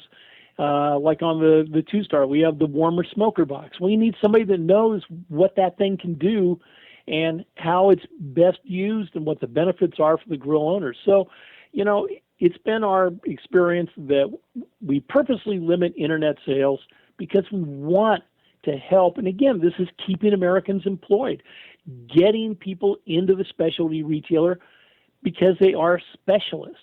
And we are very particular about who is going to represent Mac Grills. I mean, we don't accept everybody that comes knocking on the door. We have a criteria, and we vet that potential dealer probably as much as they vet us. So, what I tell people all the time is we choose you as much as you choose us. And, some companies are in a rush to grow because they've got profit pressures on them and got to meet, quarterly dividend marks or gross sales figures or whatever. We tend to want to grow slow but steady. We're not in a big rush. We are not going to be ever a Traeger. We're never ever going to be like a Weber. That just doesn't appeal to us.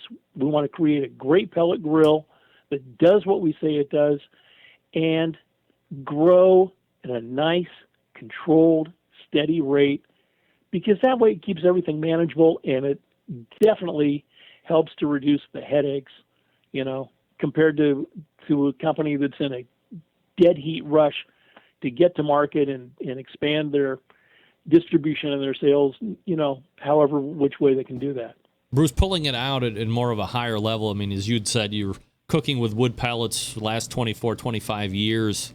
So as you look forward into the future, is this a way of cooking that is fad-driven, or do you see pellet grills being around in some form or fashion going forward in the long term? Oh, I don't think it's a fad by any means. We're way past the niche fad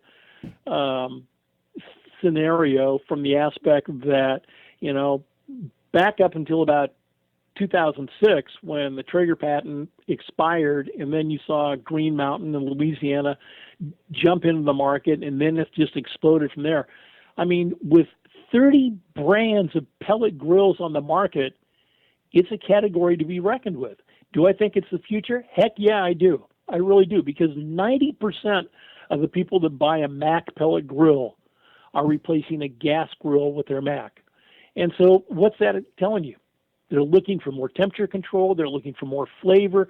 They're looking for the ease and ability to both grill and smoke and cold smoke in the same unit.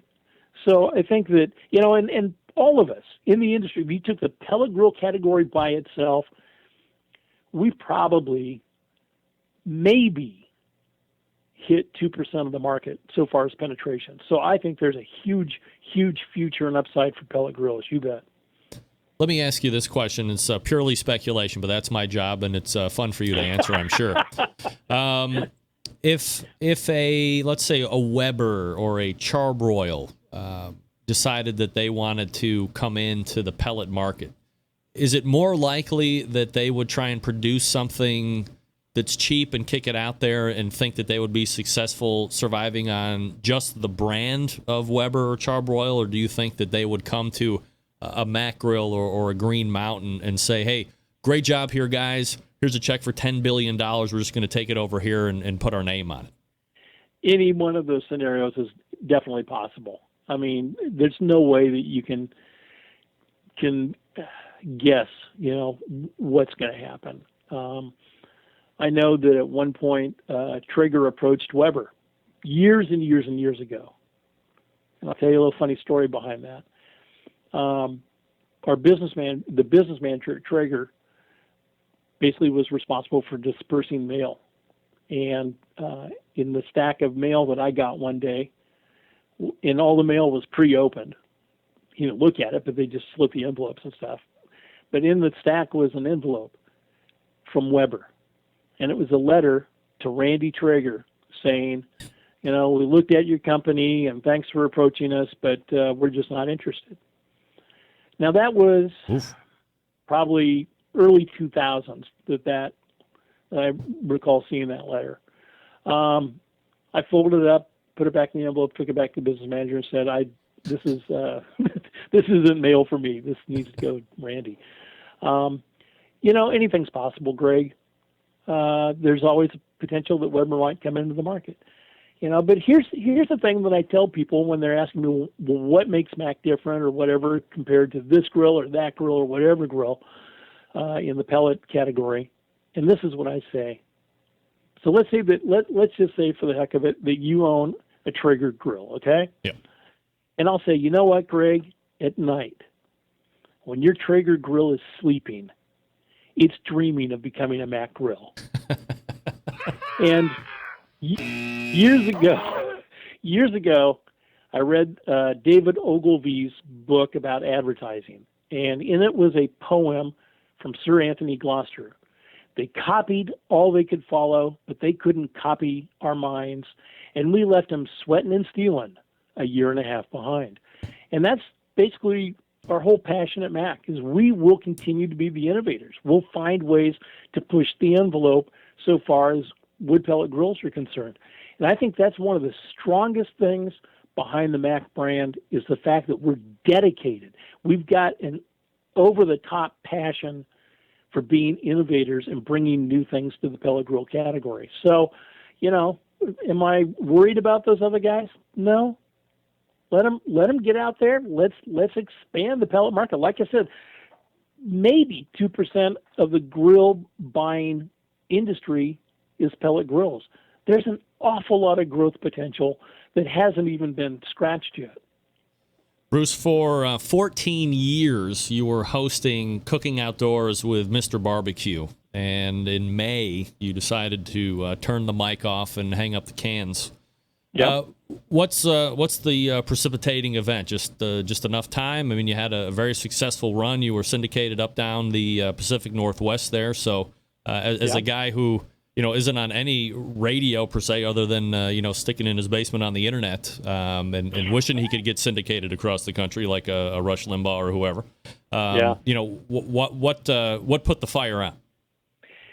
Well, the fire didn't necessarily go out, but like I mentioned earlier, I'm 61 years old, and giving up 14 years of basically working 6 days a week for 14 years with very few vacations or time off. I think in all the 14 years, maybe a half a dozen times when I wasn't live with the fastest, tastiest hour on radio. And it just got to the point where, I'm not getting any younger, and my wife isn't getting any younger, and I'd sure like to spend some more time with her on the weekends because, hey, Greg, we never know when the hourglass is going to run out. The sand in the top of the hourglass is going to run out. So there were some things that were being discussed at Alpha, and I just decided, this would probably be a good time just to say thank you and goodbye, and that's what I did. And it was a fabulous 14-year run on a radio show topic that you really just don't see anywhere around the country. Right, but and I got to tell you, just this week alone, from like the weekend through today, actually from last Friday through today, there've been 5 people that I've spoken with who bemoan the fact that I'm not on the air on Saturdays. And I love doing the show. I had so much fun with it. I'm surprised as hell that they kept me on the air for 14 years because I wasn't your typical talk show host. I was like a bull in the china closet. When my mic went on, baby, I'm coming at you full bore. And we're playing the blues and rock and roll, and we are having fun for an hour. And, and I'm very, very thankful and humbled by many of the people that have emailed and called and who I run into and said nice things about the show and everything. And Greg, look at you. I mean, here you are. You're carrying that mantle. You've been doing this for, 8 years now? Yeah, 8 years almost. And, yep. and you've got a very, very solid reputation and very well known. And I think that's great because you are helping to spread the joy of doing great barbecue. And when you're passionate and you love what you do, you're going to be successful at it. And I think you're successful at what you're doing. You're just using a different platform, and there's nothing wrong with that at all. So, but there are probably, I don't know, easily 6 that come to mind, shows that are dedicated to barbecuing or grilling. And there may be even more of those, more than that I may, that I'm not aware of. So, it's something that's definitely growing. Bruce Bjorkman is with Mac Grills. You can find him at macgrills.com. That's MAKgrills.com. Bruce, always appreciate the time, man. Thanks for coming on. Greg, thank you for having me, and you take care. Keep on smoking. There he is. Bruce Bjorkman, Mr. Barbecue. And as I said, in May, he hung up the cans forever. I don't know if you ever had a chance to hear his show. I mean, that's like the blessing and the curse of real syndicated radio. If you are not in an area that the show is in, and sometimes the radio stations don't carry an online stream or whatever, but you can Google him probably and go back and check out his show. Definitely one that was a successful one for 14 years. So I'm not even, I'm just about halfway there. Think I can go another 7 years, everybody? Folks, if you didn't know already, Big Papa Smokers is the one-stop online shop for anyone interested in barbecue. Number one dealer of who? Mac pellet grills in the world. Big Papa Smokers features a wide selection of American-made grills, smokers such as the Old Hickory Ace BP, the Gateway Drum Smoker, even a drum kit that gives you everything you need to make a world-class smoker out of a 55-gallon drum. Big Papa Smokers also made a name for itself in recent years by crafting an award-winning line of championship rubs. From flavors like Sweet Money to Happy Ending, their rubs have had a hand in winning almost every major barbecue competition, including the 2012 and 13 American Royal, the World Series of Barbecue, the 12 and 14 Jack Daniels Invitational, the 13 Kingsford Challenge, the 14 Houston Livestock and Rodeo, and the 2014 King of the Smoker. Don't think that BPS can just be pigeonholed into competitive barbecue either. BPS rubs have become so well known that they have been picked up by a nationwide restaurant chain, BJ's Restaurant and Brewhouse. With 4 of the 9 BPS rubs featured on their permanent menu, and amid glowing reviews, BPS rubs are proven to be a great addition to anyone's pantry. Big Papa's also banded together with fellow California-based rub company Simply Marvelous Barbecue to form what has now become known as the West Coast Offense. Defying conventional wisdom, these 2 California-based rub makers have cornered the market on competitive barbecue and begun to redefine the flavor profile that competitive cooks from across the country have begun to aim for. Big Papa's website also features an online meat locker with top-quality meats from Snake River Farm shipped right to your door. From the American Kobe beef to the Caribou to pork, Double R Ranch big meats, Big Papa's Meat Locker has something for every type of barbecue aficionado, committed to bringing you the best barbecue flavors on the market. That's why they're carrying the new boys on the block, the Swamp Boys sauce, the Fine Swine sauce, Granny's barbecue sauce. These are the new kids on the block this season. Big Papa's also created the BPS Elite Team, featuring 15 of the best competition teams in the country working together to promote camaraderie, competition barbecue, and to benefit children's charities across the U.S. Keep in mind, Big Papa's has been able to do all this within only 5 years of being in business, turning the competition barbecue world on its head, providing customers with the very best local products, becoming a staple of a nationwide restaurant chain, and benefiting children's charities across the U.S. Just the beginning for Big Papa Smokers, and the website bigpapasmokers.com. That's bigpapasmokers.com. All right, we're running a little late. We'll be back with Jared Hausengate from Insane Swine to recap the Sam's win. Stick around. We'll be right back. Big name interviews, advice on cooking brisket and ribs, and the only host willing to share his honest opinion on all things important in the world of barbecue. It's the BBQ Central Show. All right, we're back. This portion of the show is being brought to you by Man Grate. Man Grate is the cast iron grilling grill grate made right here in America. Restaurants and pros use cast iron for a reason. Even heat conduction and retention with no hot spots. Man Grate's patent pending. Design traps and evaporates oils and fats, resulting in reduced flare-ups and perfect sear marks each and every time. How about 25% off your next order? Use barbecue code BBQCEN for 25% off your purchase at mangrate.com. Grill like a pro with Man Grate. All right, we follow the Sam's Club National Barbecue Tour here on this show, and this past weekend they were in Scarborough, Maine, and winning the whole damn thing was the pitmaster of Insane Swine Barbecue, Jared Housengate, joining us here on the show. Jared, how are you, bud? I'm doing well. How are you, Greg? Doing absolutely fabulous, Jared. Appreciate you making time. Apologize for being late, but I was on the phone with Mr. Barbecue. Jealous much? So, Jared, before we get into kind of recapping this past weekend, for the folks that might not be as familiar with Insane Swine as the rest of us, or the folks just kind of tuning in for the first time tonight, a little background on you and how you got in the whole competition barbecue scene. Yeah, absolutely. I grew up around meat my whole life. My father owned a butcher store when I was young. I have the scars to prove it on my fingers when I worked at his butcher store when I was around 12 or 13 years old. And so I've been around meat my whole life. Been around a lot of pig roasts out in Illinois where I grew up. So it's something that I've had a passion for a long time. When I moved out to New England, I found the New England Barbecue Society, and it kind of renewed my interest in barbecue. I became a judge first before I was a competitor. Judged for a couple of years, then in 2008 started to compete in a couple of contests and did horribly, like most of us do. It then got to last a couple years. We've done between 10 and 15 contests, and that seems to be where the turning point happened about a few years ago. Are you are you in the meat trade right now, or you do something completely different professionally? No, I'm a market researcher by trade. All right. So in regards to being a judge first before you got into competitions, and I've heard, the majority of guys that are here on this show that I'm talking to compete first, and then they decide at some point maybe some don't become a judge.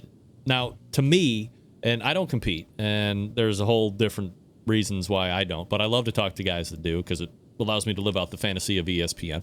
Isn't it just common sense that if you're going to be a barbecue competitor, that you would go become a judge first and see what the judges are looking for to help give you a better chance to win?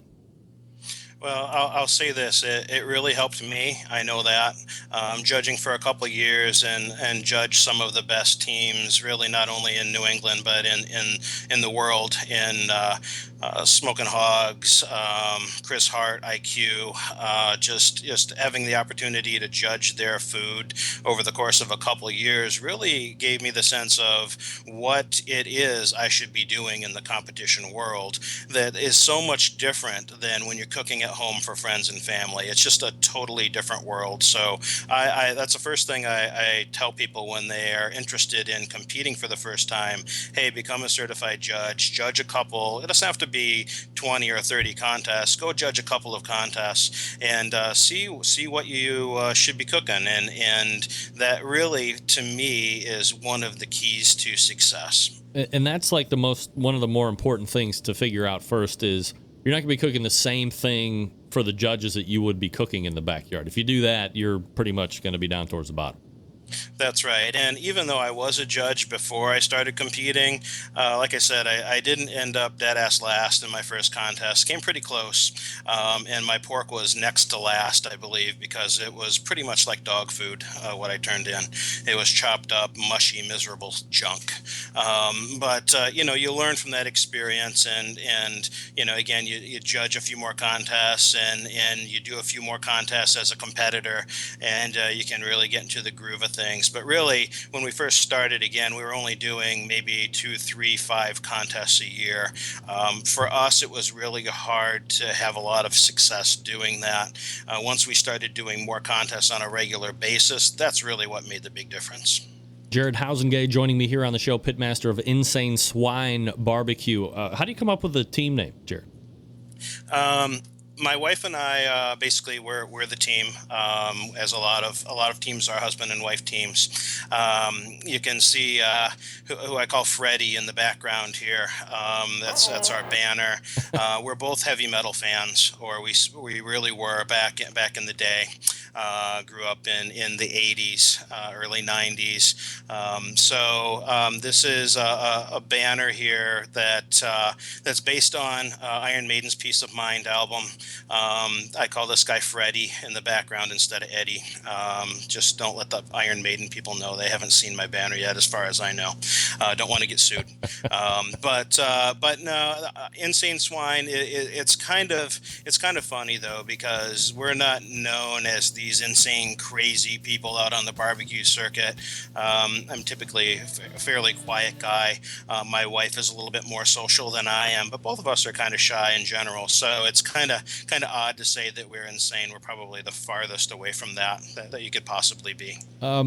You had mentioned that your wife is part of the team, and do you guys? I mean, it's got to be kind of a weird dynamic, right? When you're part of. You're a team because you're a husband and wife and you're doing it day to day, but then you're a team out on the weekend and it's like competition.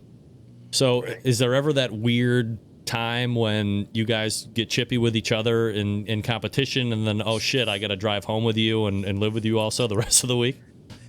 It's funny that you say that. A couple of times where we've actually had our best results in competitions is, we call it bickering. We bicker at each other. I wouldn't call it fighting, because that would be a little bit too strong.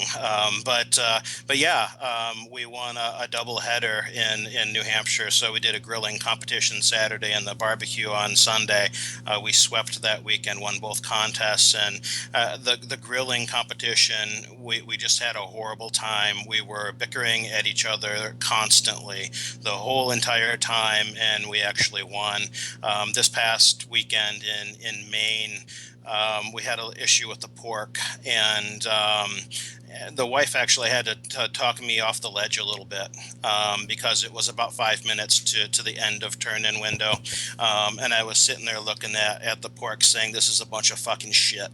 And she said, you got to put something in the box. You got to put something in the box. You got to put something in the box. And we're notoriously known as late turn-in people. We'll turn in with 30, 20, 15 seconds on a consistent basis. Like, what's the, I mean, why do you want to put yourself in that situation? I mean, 20 seconds go by, you trip, a pigeon shits in your eye. I mean, who knows what could happen? And then you've ran it so close to the clock's going to drop on the table, and now you're disqualified, and the whole contest is gone. I mean, what's going on with that? Yeah, I'm glad you asked that. It's not necessarily by design. My wife and I are both, I would say, perfectionists. We like the box to be as nice as possible, and by the same token, I'm a firm believer in that if you turn in cold food, even though the judges are not supposed to judge based on temperature of the meat, it does affect judging, I believe. So that's another reason. But really, we make people nervous. We make other competitors very nervous when we turn in so late. But we know what time it is. We have never missed a turn in. The only turn in that I shouldn't say never. We didn't turn in chicken during the beginning of our competition career because it was undercooked, and I wouldn't turn in undercooked chicken. But other than that, we've never missed a turn in. Even at World Food a couple of years ago when we turned in, I believe it was our pork or brisket. The TV show made it seem like someone else was turning in late, but it wasn't. That was not reality TV. We were actually turning in late. So we still had 20, 30 seconds. No big deal to us, but to other competitors, they tend to get really nervous about that. Jared Housengate joining me here on the show, pitmaster of Insane Swine Barbecue. What are you drinking there, pal? I am drinking a fine brew from Bissell Brothers in Portland, Maine. Big into the craft brew. This is Substance, and I'd like to thank Steve Eastridge from Meat at Slim's. Actually dropped this by our site after the competition was done, and he's a great guy, big into the craft brew scene. But this is a fine brew from Bissell Brothers. All right, so this past weekend you're in Scarborough, Maine. You do the Sam's Club local. You take Grand Champion, so you're going to move on to the Richmond Regional. Overall, I would imagine, as you see your individual results, which we'll recap here quickly in a second, pretty good cook overall, all things considered, holding the pork, I guess? Yeah, we can talk about the pork, but overall, everything was pretty good. The brisket was done ahead of time. Again, we can talk about that later, but overall, it was a pretty normal cook. What do you cook on? I cook on a Backwoods G2 Party, and I cook on a Humphreys Weeble and a Humphreys Lakeside Chicken Cooker. And I was listening to Bruce on the last segment, and you know what my cookers are out there thinking? My Humphreys and my Backwoods are out there thinking in my trailer right now. They're thinking when I go to bed, thank God I'm not a pellet cooker. I'm not a fan. Yeah, touche. So are you?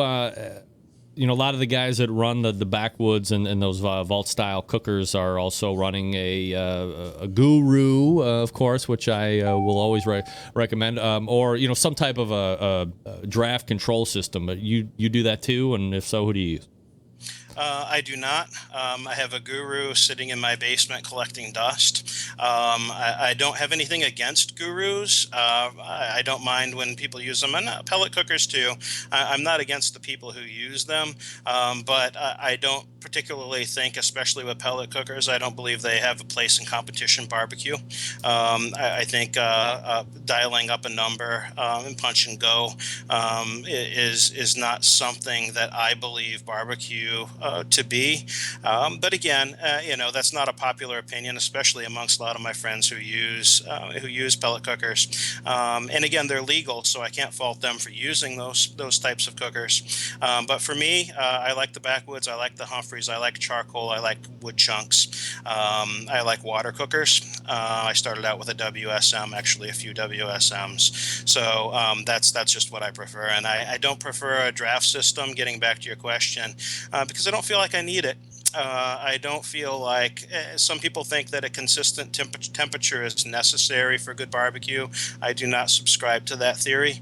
I think ups and downs are fine as long as you know where you're at before turn-ins, well before turn-ins, and you get your meat done the way you want it to be done. I don't think anything between 180 and 250 is good for me anyway. As long as again I allow enough time and adjust the temperature appropriately.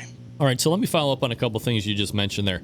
So if you're not taking a dump on the guys that are using pellet cookers because, as you said, they're legal, and certainly nobody can contest that, can the stick burner guy come over and then dump on you and going, well, you're just using charcoal, and you throw a couple lit charcoals on top of there, you get it up to temperature, and I'm a real man, and I'm throwing sticks in there every hour and 15 minutes. Like, where does the delineation line between who's doing it real and who isn't fall for you?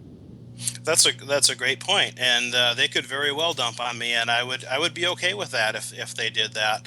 Because another thing I don't want to own is a Jambo or a Lang or a stick burner of any type. It just doesn't appeal to me either. So yeah, they can definitely feel free to dump on me as much as they want. For me, the difference is really are electronics necessary? Are electronics not even just a Guru? Are electronics an integral part of the build of that system? To me, that again, I can't say it's cheating, it's illegal, it's wrong, but for me personally, it's not my philosophy of what barbecue is. So as somebody that competes, and I would imagine would like to foster the continued success of the sport in general, and I'm going to go in a completely opposite direction here. Wouldn't it make more sense for KCBS and FBA and all these other people to also open up cookers so like Southern Pride and Old Hickory gas pits can come in and somebody can, bring in their Samsung oven that they've jimmy rigged up to run off a 20-pound propane tank and just open competition barbecue up to everybody at this point. Because, look, not to be contradictory, but I agree with you. If you're going to run pellet cookers and you're going to have drafting systems that allow you to set a temperature and not institute your skill of fire management, I mean, what's the difference? Why not let the propane guys in at this point? And I wouldn't have any problems with that either, because, again, if you're going to let pellet cookers in, you're going to let electronic cookers basically in already. What's the difference between that and an oven or propane? In my mind, there's not much difference. Others will disagree, I'm sure. But no, I don't, if they're going to allow, I don't think you'd find a lot of people cooking on those types of cookers, personally, but maybe you would. I wouldn't have any issue with them allowing those, as long as they're going to allow gurus and pellet cookers anyway. Jared Housengate joining me here on the show. Jared, all right, so let's get back to the competition. Sorry for the divergence there, but in regards to the individual categories, if you could kind of break them down quickly for me and what you thought about. Sure. I'll give you the quick rundown. So chicken, we got first place in chicken. It was by far the best chicken that we've cooked this year. We've struggled a little bit with chicken. I've adjusted the injection and the rub for this cook, and it worked beautifully. I went from using 3 rubs to using 5 rubs on my chicken, which sounds like an insane amount of rub types, but it worked in this particular case. So really, really happy with the chicken. Hopefully we can duplicate it in Virginia. Whose rubs are you using on chicken? I'm using some stuff from Big Papa's. So I use Sweet Money. Yep. I also use Marvelous. I use simply Sweet Seduction. I use Smoking Guns. I use Little Lutin' Booties, and I use something else. That's the secret one, huh? Can't let that one go. All right. So, yeah, that is 5. Wow, that's crazy. Yep. So pork ribs were decent. They came in 6th. They didn't wow us. The flavor wasn't fantastic. They were good, but not fantastic. The tenderness was pretty spot on. Pork was overcooked. That was the issue that we had there with the pork. And I don't necessarily know why. I'm pretty sure I pulled it at the temperature it was supposed to be, but obviously something happened there with the pork where it was overdone. So I kind of struggled to get the 6 portions that I needed to get in that box. But it came in 9th, so I can't really complain with 4 top 10 calls. Are you a guy that just turns in money muscle for pork, or do you do a bunch of other stuff? I typically do money muscle and chunks. I don't typically do pulled or chopped. It's not something I've had great success with, but I do the money muscle and the chunk. All right. Brisket. I thought was again one of our best of the season. We got second in brisket by something like 0.0228 points. We came in second to Q&A Men. So the brisket was fantastic. Can't complain about that. Brisket's been our strongest category this year. You're injecting, obviously. Do you use a commercially made product or something you whip up at home? I trust my butcher. All right, good for you. Who doesn't these days, for crying out loud? Good job, David. All right, so I would imagine, as they're going through the overall categories and they get down to the last 2 and you don't hear your name at reserve, do you think that there is just not any way that the next name isn't going to be yours? Well, I didn't have any doubt. My wife is the pessimist.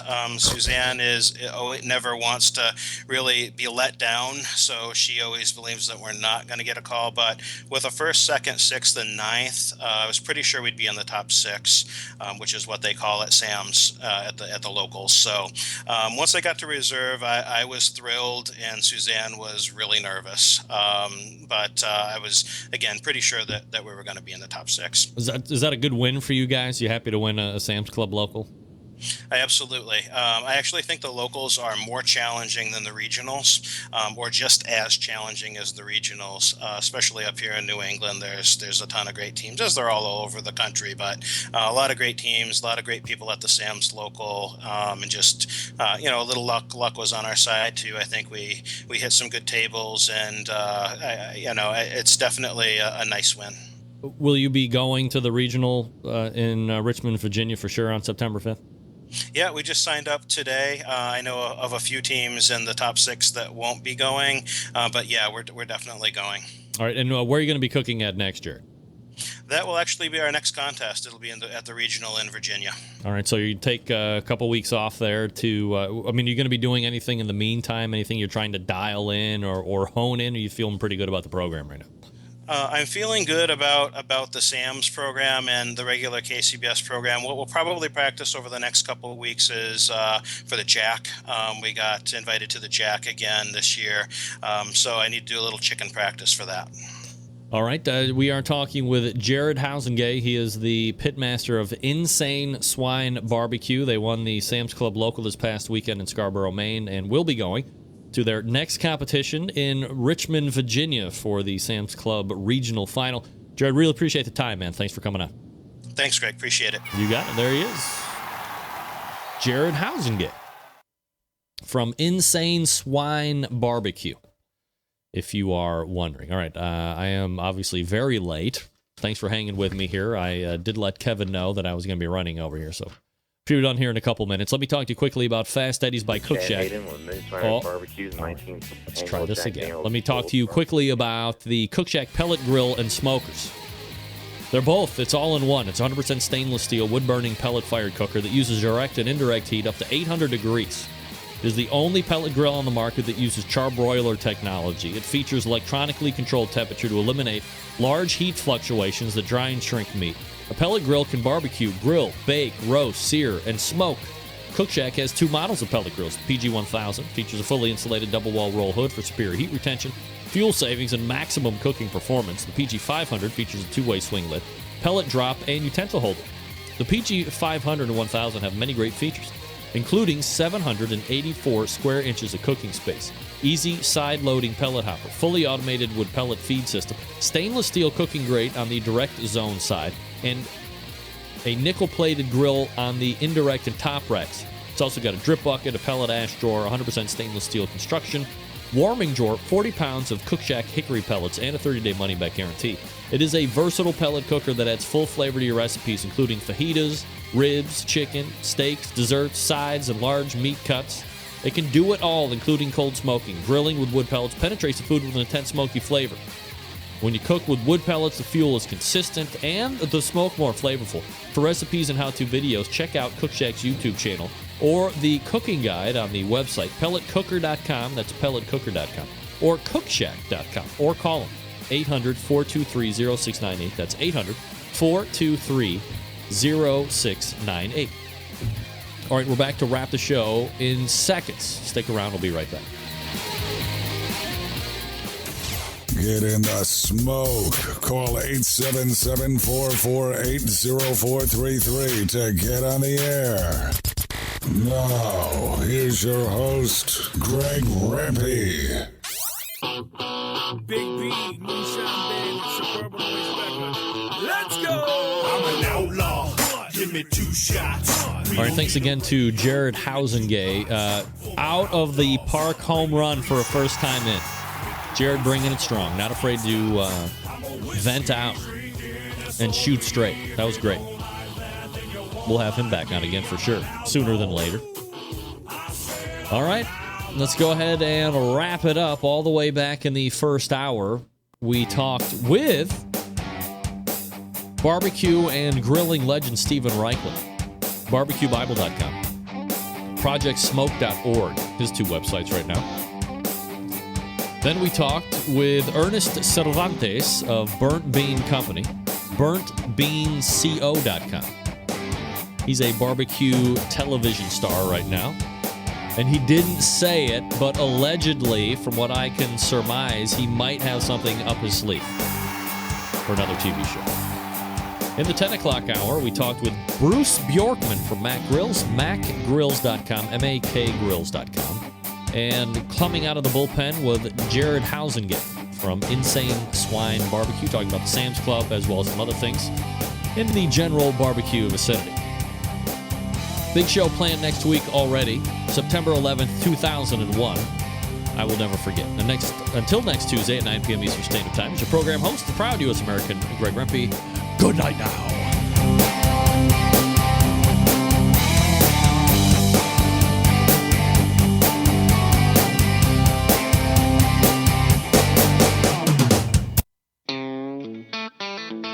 This is the BBQ Central Radio Show, which airs live every Tuesday evening from 9 to 11 p.m. Eastern.